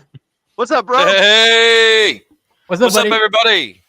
Donnie, what is going on? How we doing, boys? Doing good, bro. Aloha, This week's Donnie. been kind of We wild are- to start. Yeah, it has Oh, been yeah. a wild start. Seems Really? there's only one subject that I can get on my Twitter timeline, and unfortunately, it's not crypto. Yeah, it's people getting like haircuts and stuff. Yep. Yeah, something about that, hey. Bit close to the ear here, man. Yeah, I'm gonna get a better exactly. barber. That. Yeah, precisely that. Anyway, no, Well, but go ahead. I was just gonna say, can you give the folks at home a brief introduction of who you are and what you do if they've never seen you before, and then tell us what's new and exciting with you, bro? For sure. Cheers, man. Yeah. So what's up, everybody? I'm Donnie D, original creator, developer, founder of Function Island and several projects surrounding. Basically, I'm a web developer with a set of skills in blockchain technology. Made several good contracts. The dev responsible for DGen protocol, amongst others, in the Pulse chain space. That's basically me in a nutshell. I'm a dev. I'm here to effect good change on Pulse chain, and I'm here to see us all win. Yeah. Hell yeah, So I brother. actually got a question for all three of you here. Mm-hmm. So, Will, you're like, I'm gonna say something. So, what is it aside from like maybe not taking profits or whatever from last cycle, right? What is it that you most regret about last cycle, and that you do not want to do this cycle? Honestly, man, I think stay still. Last cycle, I moved my bag around constantly. Different protocols, different farms, trying to find the best rates, all that sort of shit. And I ended up losing big time over it. Had I stayed still in something as simple as the Pulse X farms, for example, I probably would have done better, Having said that, though, my overall crypto exposure is more as a developer. So this cycle, if anything, I would say I'm going to put more focus on obtaining the resources we need to make better shit than anything else. Subgraph. How about you, Jay? For me, being an emotional trader, that's how I lost a lot of money in crypto when I first started.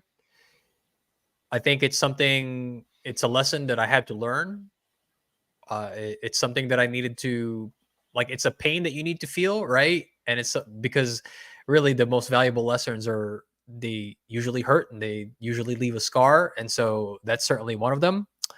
And then the second one is probably not being patient enough. I was too quick to get in and get out of certain projects. And the unfortunate reality was I was not as knowledgeable as I was in the last cycle. And so, for example, during the bear market, I didn't know what things to look out for to indicate to me that the bottom for crypto as a whole was in, and it was probably a time that I should start dollar cost averaging a lot faster and a lot heavier. So those are probably the two things, right? The emotional trading and not just not being as educated, right? Moving too quick in and out of different protocols and just not having the knowledge. So those are probably two things that I regret, and hopefully I won't have to repeat because I got the scars for it. That's fascinating. Actually, that's a lot like me. Only because for me, I was just kind of, instead of learning, right, and doing my own research, and then actually figuring out if what these influencers were saying was correct, right? Instead of that, I'm just I was trying to cut the learning curve by just kind of piecing together. Okay, so you think I should buy all these coins? You think I should buy all these coins and these? So which ones are kind of the best out of all of them? Well, as it turns out, none of them were any good because it was the top of the bull run anyway. So that's how you lose money there. How about you? Yeah, Will? Fast Abdul. I think the thing that I wished I'd done more was like more research. I just didn't understand, how to do it on the same level that I do now. I think if I'd, done more research, gone deeper, understood the things I understand now back then I'd be sitting in a little bit different place. So looking forward to moving forward with the knowledge that I have. In a way, I regret not building earlier, but realistically, I think maybe it wasn't the time because I wasn't at the right skill level. So and I hadn't made my partnership with Yellow Cake to do so. So really, it's the lack of research in the past that I put into everything now. Like I don't move a dollar without researching for 30 minutes, right? And I found that pays off just about every time. Like, sure, you miss the very bottom, the very top of something because you didn't randomly press buttons, but 30 minutes, nothing good is going to completely go away in 30 minutes. Some bad things will completely go away in 30 minutes. Yeah. And it'll be okay that you missed them, right? So I think that's Latina, anybody? Pulse Latina. Yeah. Yeah. Yeah. How long was that up for? I think it was live for maybe an hour. Yeah, that was about it. And I actually said, I think it was last show, I was mid AMA with another community that I was in, and no joke, the guests were in the middle of presenting their new thing that they were doing on their platform, right? And in the middle, our host jumps on the mic and says, guys, I hate to tell you, but Pulse Latina just rugged. And everybody opens their mic and we're all like, oh, what the yeah, it all unfolded so damn quickly.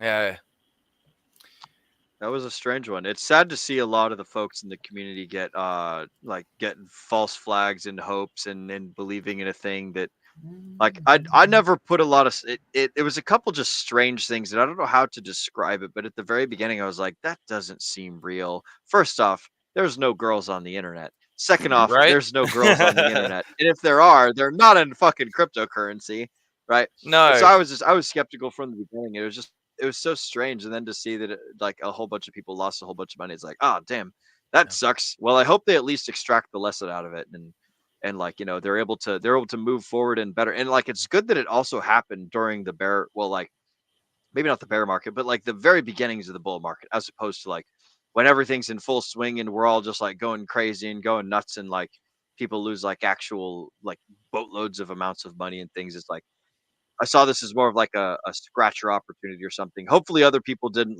sink their life savings into this. And it's I not know going to be the last I know one. a few people who ended up losing a couple of G's on that one alone. yeah. But, yeah, disappointing. Yeah. Anyway, Hey, we live in a cold, cruel world. we do very much so. Mm-hmm. Guys, I wanted to share with you really quickly as well. I've actually been kind of busy over on the island. We have started putting together our own V2 decks. Very cool. Yeah. Ooh. What are you guys gonna call it? Oh, we're calling it Phi decks, Function Island decks. Very cool. Yeah. Yep. So basically, at the moment, we've got several LP farms on that thing.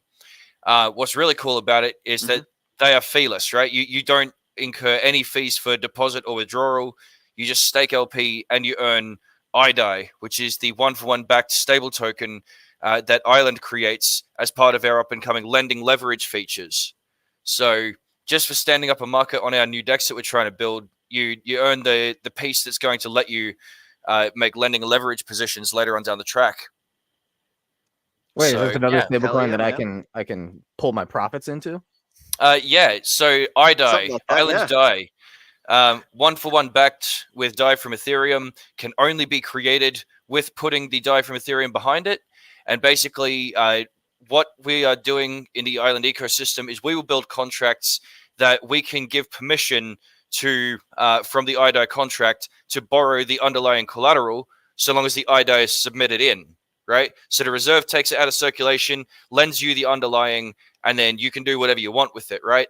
And so the whole point is basically that we're gathering DAI into the middle of our ecosystem and giving you a token that lets you spend that value within our borders or whatever, if that makes sense. But at the same time, because it's recognized as a dollar, it's backed by a dollar, you can obviously go and sell it on the market, you can borrow against it, you can redeem it, whatever, you know. But yeah, that's sort of what we're doing.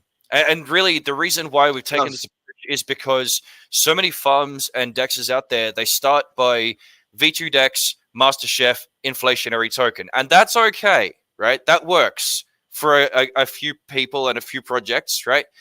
But our claim is that we're not doing inflationary rewards on this one, right?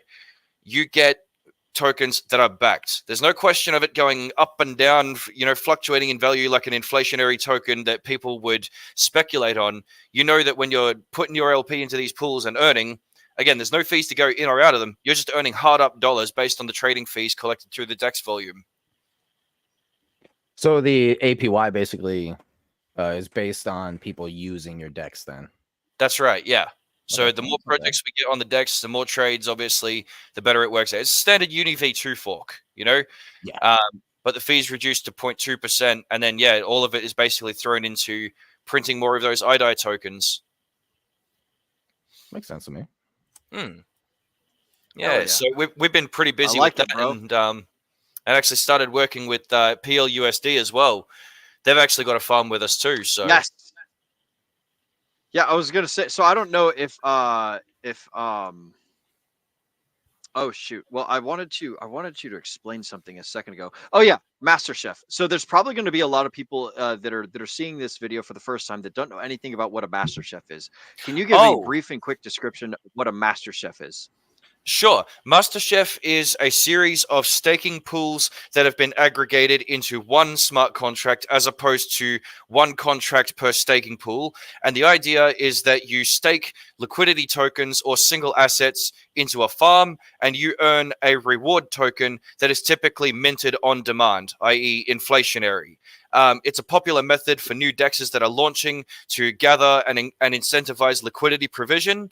But it does obviously need to have strong reinforcement to ease liquidity and sell pressure later on down the track. In short, it's a very popular farming contract. Yeah, it basically takes excellent. And you're working with a ton of projects and everything. Go ahead, Nate. Oh, you got a lag on you, bro. Go ahead, Nate. I'm the one who's lagging, bro. Yeah, I've got the shitty internet. Go ahead and ask. Yes. No. You go ahead and ask the question. I'm gonna sit back here with laggy internet. Oh, right on. So, Donnie, though, you call it Master Chef because it's literally like you're putting a whole bunch of tokens together and then cooking with them. Yeah. So the reason why I think it's called Master Chef is because it's literally the chef of all the pools that you can go into. You know, it's cooking up something new for you to get into. I suppose maybe it's. Oh no, go ahead, Don. I was going to say maybe it's called Master Chef because it's cooking up rewards for you based on what's put into it. I don't know. I mean, really, the guy who came up with the name Master Chef was Chef Nomi from Sushi Swap. So I think that whole thing comes from, well, you're making sushi, so you're a chef, you know? So, yeah. I love it. I'm not going to lie. Excellent. The first thing I thought of was Master Chief. I don't even know why. It just popped in my head that way. When Halo token. Yes. I'm pretty sure it's already out. I have a quick question for you, Donnie, and this is something that I see over on your Function Island. I see there's a tab called Tidal Wave. Can you give the folks at home a brief description of what the Tidal Wave is? Yeah. Tidal Wave is a specialized box contract I've created. It throws money into liquid loans and it creates a flywheel that perpetually grows and distributes benefit from said flywheel to Function Island NFT stakers and Function Island single asset stakers. So you can stake Island token or one of our NFTs and earn PLS that you can claim, right? And all of that is just powered by a flywheel that runs through liquid loans. So it will use the PLS it gets in. It buys loan and USDL. It stakes both of those tokens into the relative pools on liquid loans. And it earns more USDL, more loan, and PLS. Right? So like I said, we snowball that. We throw the loan and USDL back into their respective pools every time the rewards are collected. So the earning capacity just keeps on growing up. And then we spit the PLS out onto the side into the reward pools for NFT and token stakers. So tidal wave is literally just that. You know, if we have loose PLS one day, if we're, you know, moving some funds around, we have a handful of loose change, we'll throw it at tidal wave because it's just a good thing that helps the people. Yes. Yeah. So it reminded me of there was another project of, oh man, they were a thing that was associated with liquid loans, where it's basically like they take out a loan, they wait for it to 10x or something, and then they like rehypothecate, and then they retake out the loan, and they do all this stuff. Your guys' thing is a lot more simpler because it's based on the staking aspects of the liquid loans protocol. So that was the thing that I liked about your tidal wave when I remember reading about it earlier. The reason why we took that approach as opposed to messing around with vaults is because when you go into those staking pools, okay, the stability pool and the loan staking pool, you are getting benefit from both cases of events in that ecosystem. If someone gets liquidated or if someone pays a massive fee of some kind, those pools are how those benefits are ultimately redistributed between those that are participating. And so instead of trying to take one side with a larger risk portfolio, you jump in the middle and you play both sides. Hell yeah. I like it, bro.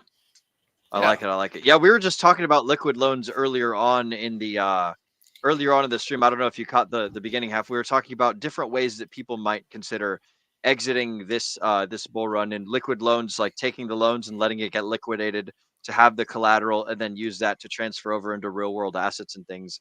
Mr. Donnie and Mr. Fast Abdul, if it's not too, if you guys don't mind giving away a little bit of secret sauce or something, what are some of the different ways that you have considered potentially, like, because we're in the beginnings of the bull run. Hopefully it's not all over, right? But like, we're in the beginnings of the bull run. For the folks at home who are pretty new to the cryptosphere, or who might not know some of the different ways of exiting, are there any ways that you guys have considered exiting out of Pulse Chain or exiting out of cryptocurrency, or something out of that into like real world assets, or essentially, like, what do you guys plan on doing after the top of the bull run, if you don't mind asking? And Donnie, we'll start off with you, and then I'll toss over to Mr. Fast Abdul next. In shortest terms possible, and pardon the French here, so relentlessly fuck yous all. Hell I love yeah, you too, Donnie. Good shit. I love it. Excellent. All right.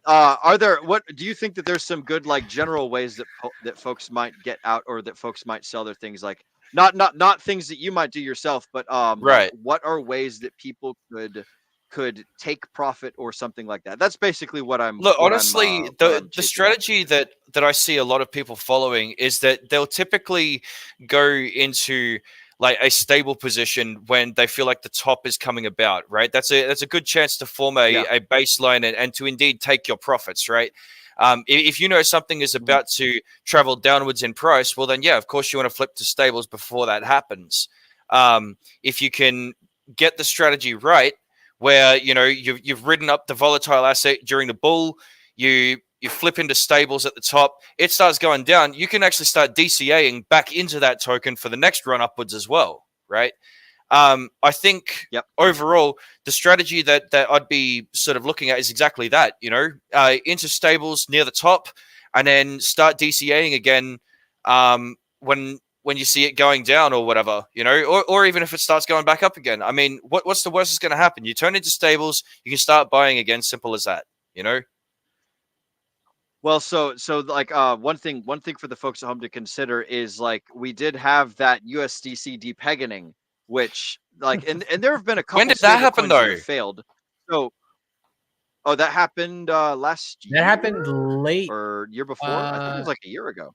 That one. Yeah, that's right. Yeah, it went down to like 85 cents a pop, and then oh man, fucking. I was telling people to buy. I was telling people that's a mad arb waiting to happen right there. Like, fucking, Oh, That's yeah. 15 exactly what cents on they the did. dollar. Let's go, Yeah, 'cause boys. you know, Yeah, that's exactly what they did, yeah, Don. you know they're they not gonna arbed let the that fuck one out of go. it.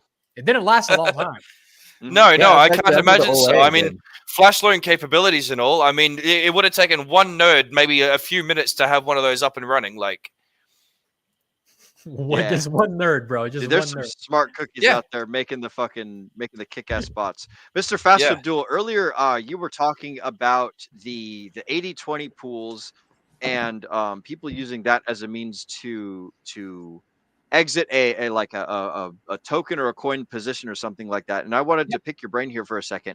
When you Go for start an 80-20 pool, Yep. for like asset against like 80% asset versus 20% stable coin, when that starts, that ratio is set, correct? That ratio does not change inside of the pools It does over not change. over No. on Fux and over on Two Folks. Okay. Yeah, it'll stay Okay. balanced to And that 80 allows 20 if you set it at 80-20.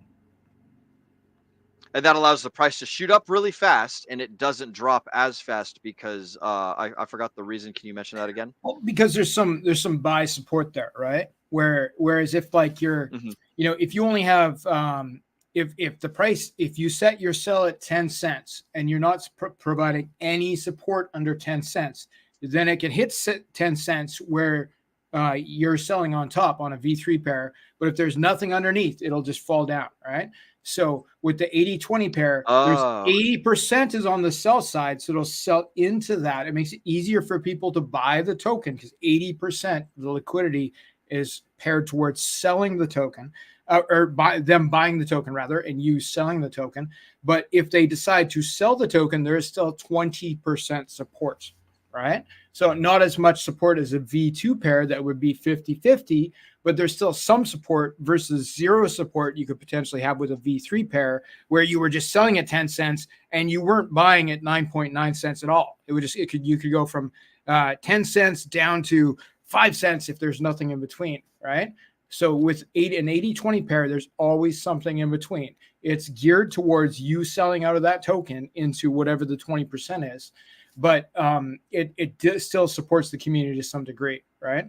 Now, that being said, like it doesn't mean that at some point a person might not do some selling onto the market, but there are additional tools for that. So a person can do that in stages. Like you can move into selling via an 80-20 pair into a stable coin, ideally something that you're also farming, so you're making yield on it in some way. That would be cool. I could see there being more of that in the future.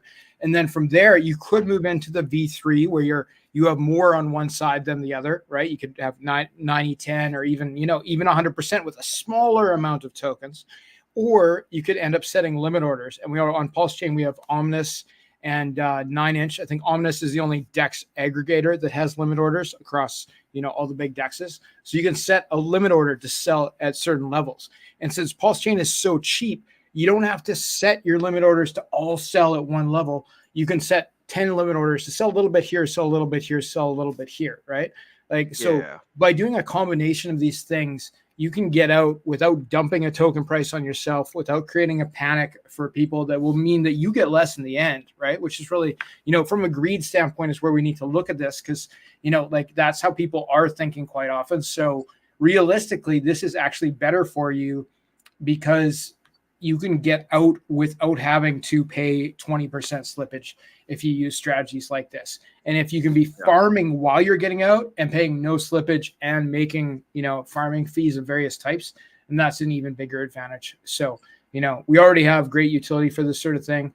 If people have questions, like if there's a whale that wants to know how they can move stuff around, hit me up and I'll help you out because there's definitely better ways than dumping the chart by 30% to move out of, $50,000 on any particular pair. There's lots of ways to do these things in the future. And I think there's already some framework for this, but I don't want to talk about it too much because I'm not sure. We're going to see more like OTC things set up where there's like OTC, meaning over the counter DEXs, where you're trading off the exchange. So it's not going to make a red or green candle when you make that trade because you're trading direct with a peer. Now, be very careful about stuff like that until it's for sure for real. Some guy DMs you, hey, let's do an OTC deal. It's probably a scam, So, but I know there's some framework for actual infrastructure to make sure those things are safe in the future. I believe the Texan guys were talking about that. the Magic Carpet Ride guys were talking about that. So it'd be this sort of thing where peers could put up, like one guy, I want to sell XYZ token, and another guy's like, I want to buy XYZ token, and they're talking big money, 50 grand. So this guy doesn't want to pay slippage to buy it, and this guy doesn't want to pay slippage to sell it. And then they can meet on that OTC, over-the-counter DEX, to make that trade without painting a red or a green candle on the chart. Basically, nobody maybe even knows about it except for those two guys. Like tools like that, they exist on other chains. They're going to exist on Pulse Chain, and that would be, one of the ways that you can move around without even. And if you're a whale in something, sometimes people are watching your wallet, and games like that are ways that you can move out without alerting the crowd to what your intentions are, which is not a terrible thing. I think privacy is really important. If people ever ask me, what's your wallet? Like, I'll never tell you. And there's no reason that anybody ever should. Maybe one day I'll post something on DBank for the purpose of like community interest, for, show a farming tutorial type format, right? If I were to do something like that, but I would never actually reveal my personal wallet. And those sorts of things like OTC DEXs, that's, a privacy tool that everybody should know about when it's available and when we know it's safe. I don't think we're there yet, but it's coming soon. Just an idea. I'd like to kind of comment on what you said there with over-the-counter type deals. So kind of what you're talking about is basically like a Venmo, right? Or like a PayPal type deal, right? So you're able to like send peer-to-peer, but there's a third-party company in there, right? And the third-party company makes sure that that it's all. I'm about to get there, right? But it makes sure that it's fair, and it's not like you just sent somebody some money and then they just run away with it, right? If you have a third-party company, especially if it's attached to a smart contract, there's a word that's escaping me at the moment in business. What's that third-party company called? What do they do? They are an arbiter. It's not an arbiter. Well, these words are both accurate, but there's a specific word for a company that does that. It'll come to me, but yeah, like that's the safety margin, or the danger is that third-party company. So escrow company, isn't it? Escrow. Yeah, Access Alive said that. Yeah, there you go. Thank you. Good stuff. Yeah, and so here's the thing, right? So all you need to do is have a smart contract where you literally say, "Hey," it's kind of like how the what do you call it? I'm forgetting the word right now, but basically all you're going to do is the smart contract is going to ask you, how much do you want to send this person? Then you say, I'm going to send it this much, right? They send it into the contract itself. Now the other person needs to reply. Okay. Maybe there's like a time limit on how much there is to reply, and then they send, right? And then with those two sending together, now all of a sudden you've got the smart contract that says, okay, it is complete and it's allowed. And then bam, there you go. Over the counter deal. Literally nothing, no red candles, no green candles, nothing. This is a fantastic peer-to-peer transaction that could easily happen. It seems super simple, and I feel like this is something that was done possibly 2 cycles ago. Was it? Because I don't know. I don't know of anything that might have been like that. And if it hasn't been done, then why hasn't been done? Because I have some thoughts to contribute to that. Please do. Yes, please. Excellent. So, first of all, you're on the right track with regards to making it smart contract based. Okay. Free idea throwing out there to anyone who wants to get to it first. But, right. So, first of all, look at order book dexes, right? There was a really good one on Ethereum Classic a while ago called Saturn Dex, right? You'd put up an amount of tokens that you wanted to sell for X amount of Ethereum Classic or whatever it was, and someone could choose to take that deal or not, right?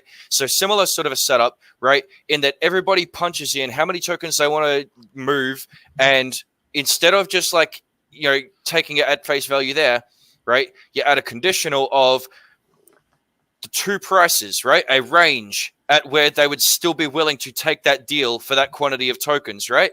Okay. Everybody creates single-sided orders like this, right? With a list of what they would like accept basically, or what they're looking for in terms of that trade. Your third party isn't precisely an escrow company because your smart contract looks after that, but your third party company, right?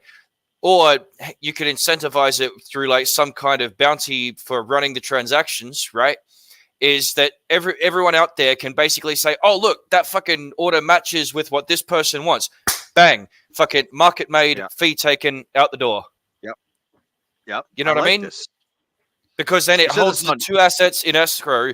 It provides a price range at which the deal would still be acceptable, and the deal only goes ahead if those conditions are met.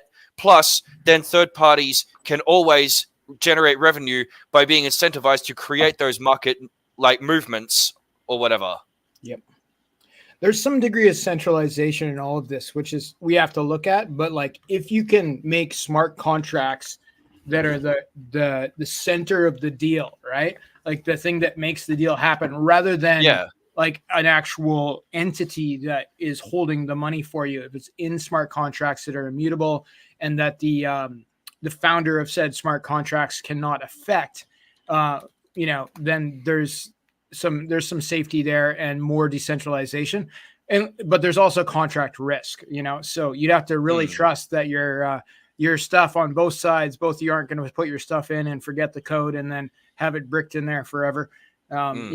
There's ease of use that comes with going on Binance and doing things that is not there with DeFi. But of course, the centralization risk is, there's proof that is a bigger risk overall. Like you have FTX rugging billions of dollars versus some poor guy that forgets his code on a decentralized trade or loses his wallet keys or something like that. The numbers are much smaller.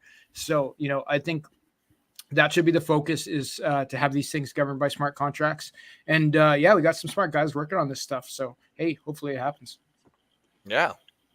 Yeah, and the first thought, like in thinking about it, like in escrow, right? It's like the first thought that I had was, how are you going to do this? But then, of course, you go right back to Bitcoin. Decentralization. Get rid of that third party. Get rid of the middleman. And I think that's an absolute fantastic idea, by the way. I see. That's sort of what I was trying to answer towards as well, with regards to that, incentivize anyone else to run the execution between two orders or whatever. Because if you can do that, right? What I mean by that is there are many protocols and ideas out there, right? I think even some of what Abdul is looking into does this, is where people can basically, I know that some of the stuff I do does.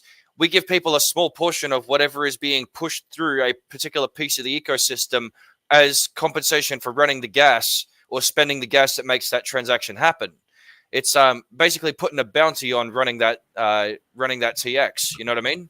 Yeah. That alone would remove a great deal of dependency on third parties to that system. Yeah. So to sum that up, you're gonna have a button that any user can press for a small bounty that will make the transactions happen, rather than it being automated by the system. People would have to participate, and they get paid a very small amount to do so, perhaps. But yeah, there is some decentralization when you add things like that. Definitely. Cool stuff. I like it. I like this plan. So I like when people come up with ideas and don't hoard ideas all to themselves, because realistically, ideas are the easiest part of starting a business. The hardest part, or doing something, the hardest part is actually doing the fucking work. So shout out, if anybody hears this and they're like, you know what, I've been looking for something to do, and you take it and run with it, bro, fucking go for it. I love to hear it. And on that subject, ladies and gentlemen, we're going to start wrapping this show up. But before we do, we're going to get to everyone's favorite part of the fucking show. We're doing chat motherfucking shoutouts, baby. So this is actually pretty funny. We've got a couple lurkers over here in the comments. We got, starting off, Mr. Axis Alive saying escrow.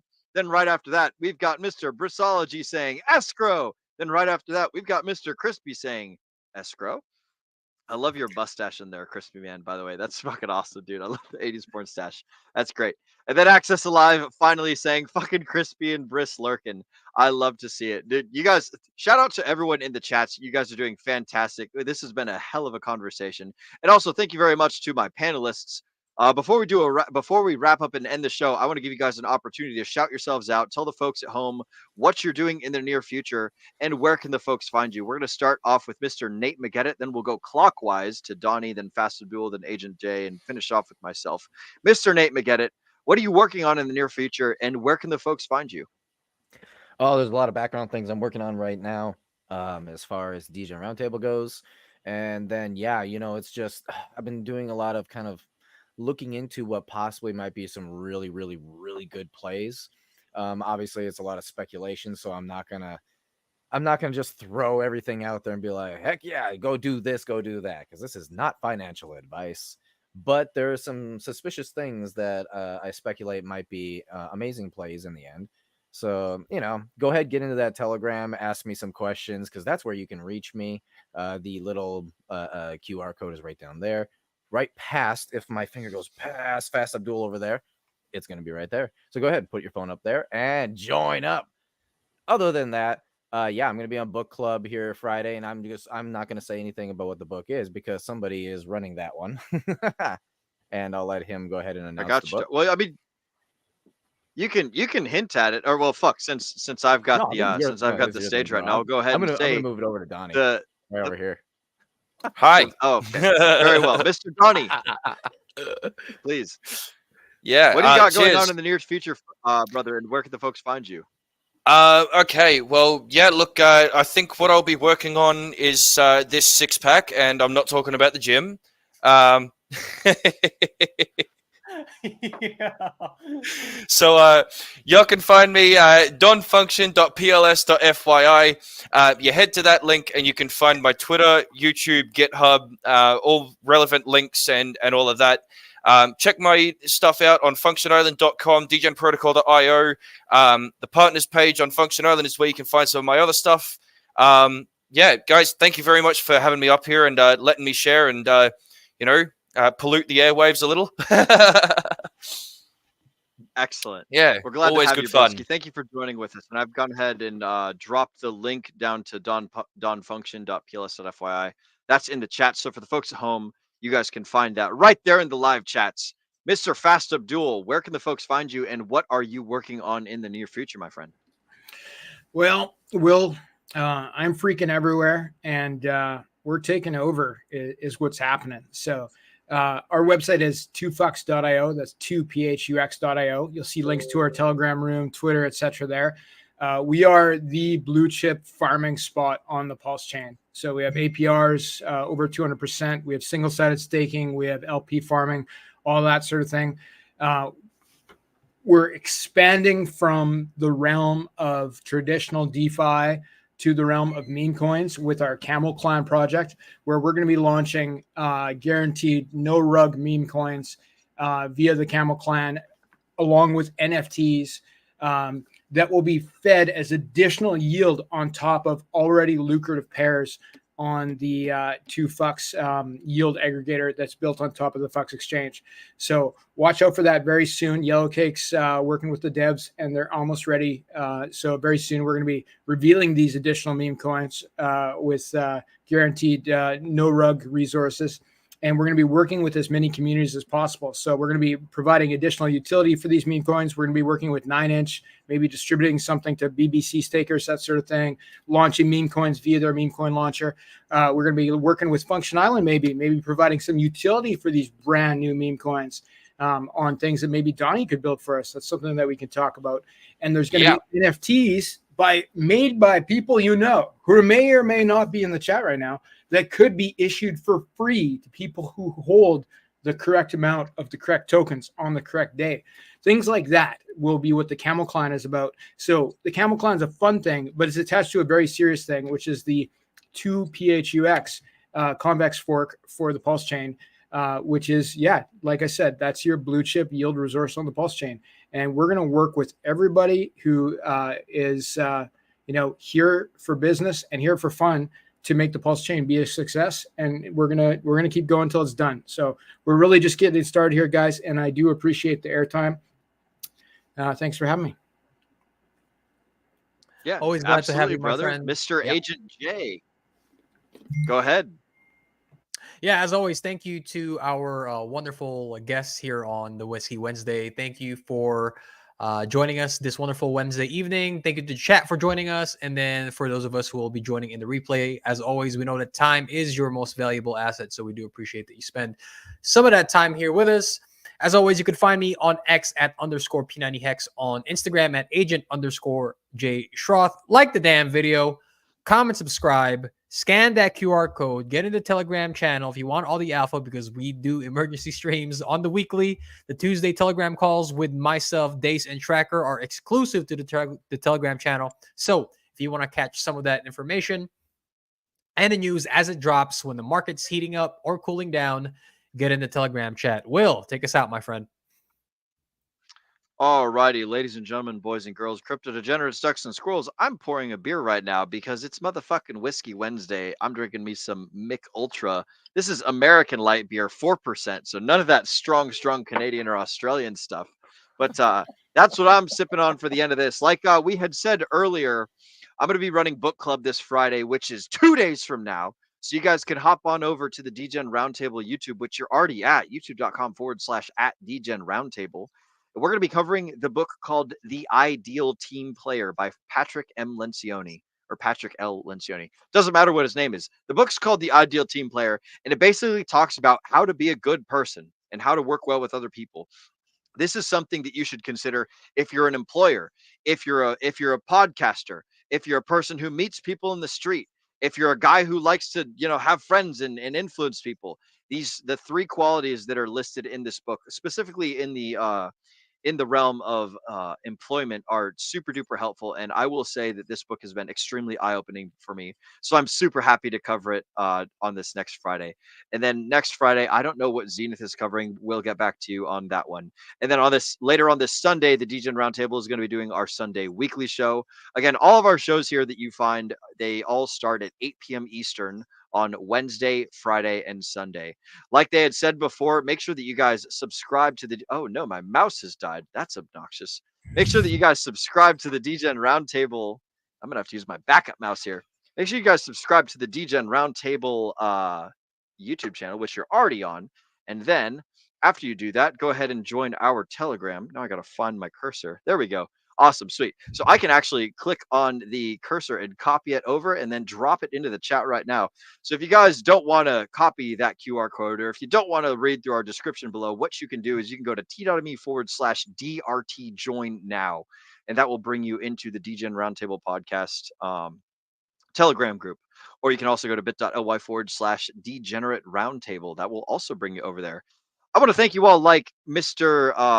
Agent J said just a moment before. We thank you all for spending your super valuable time here with us. We know that time is your most valuable asset. Mrs. Producer, get that trigger finger ready. And for our guests, Mr. Donnie and Mr. Fast Abdul, if you don't mind sticking around in the green room after we go live, we'll do a quick little debrief and everything, and it'll be super awesome and fantastic. I want to remember to remind the folks at home to always degen responsibly.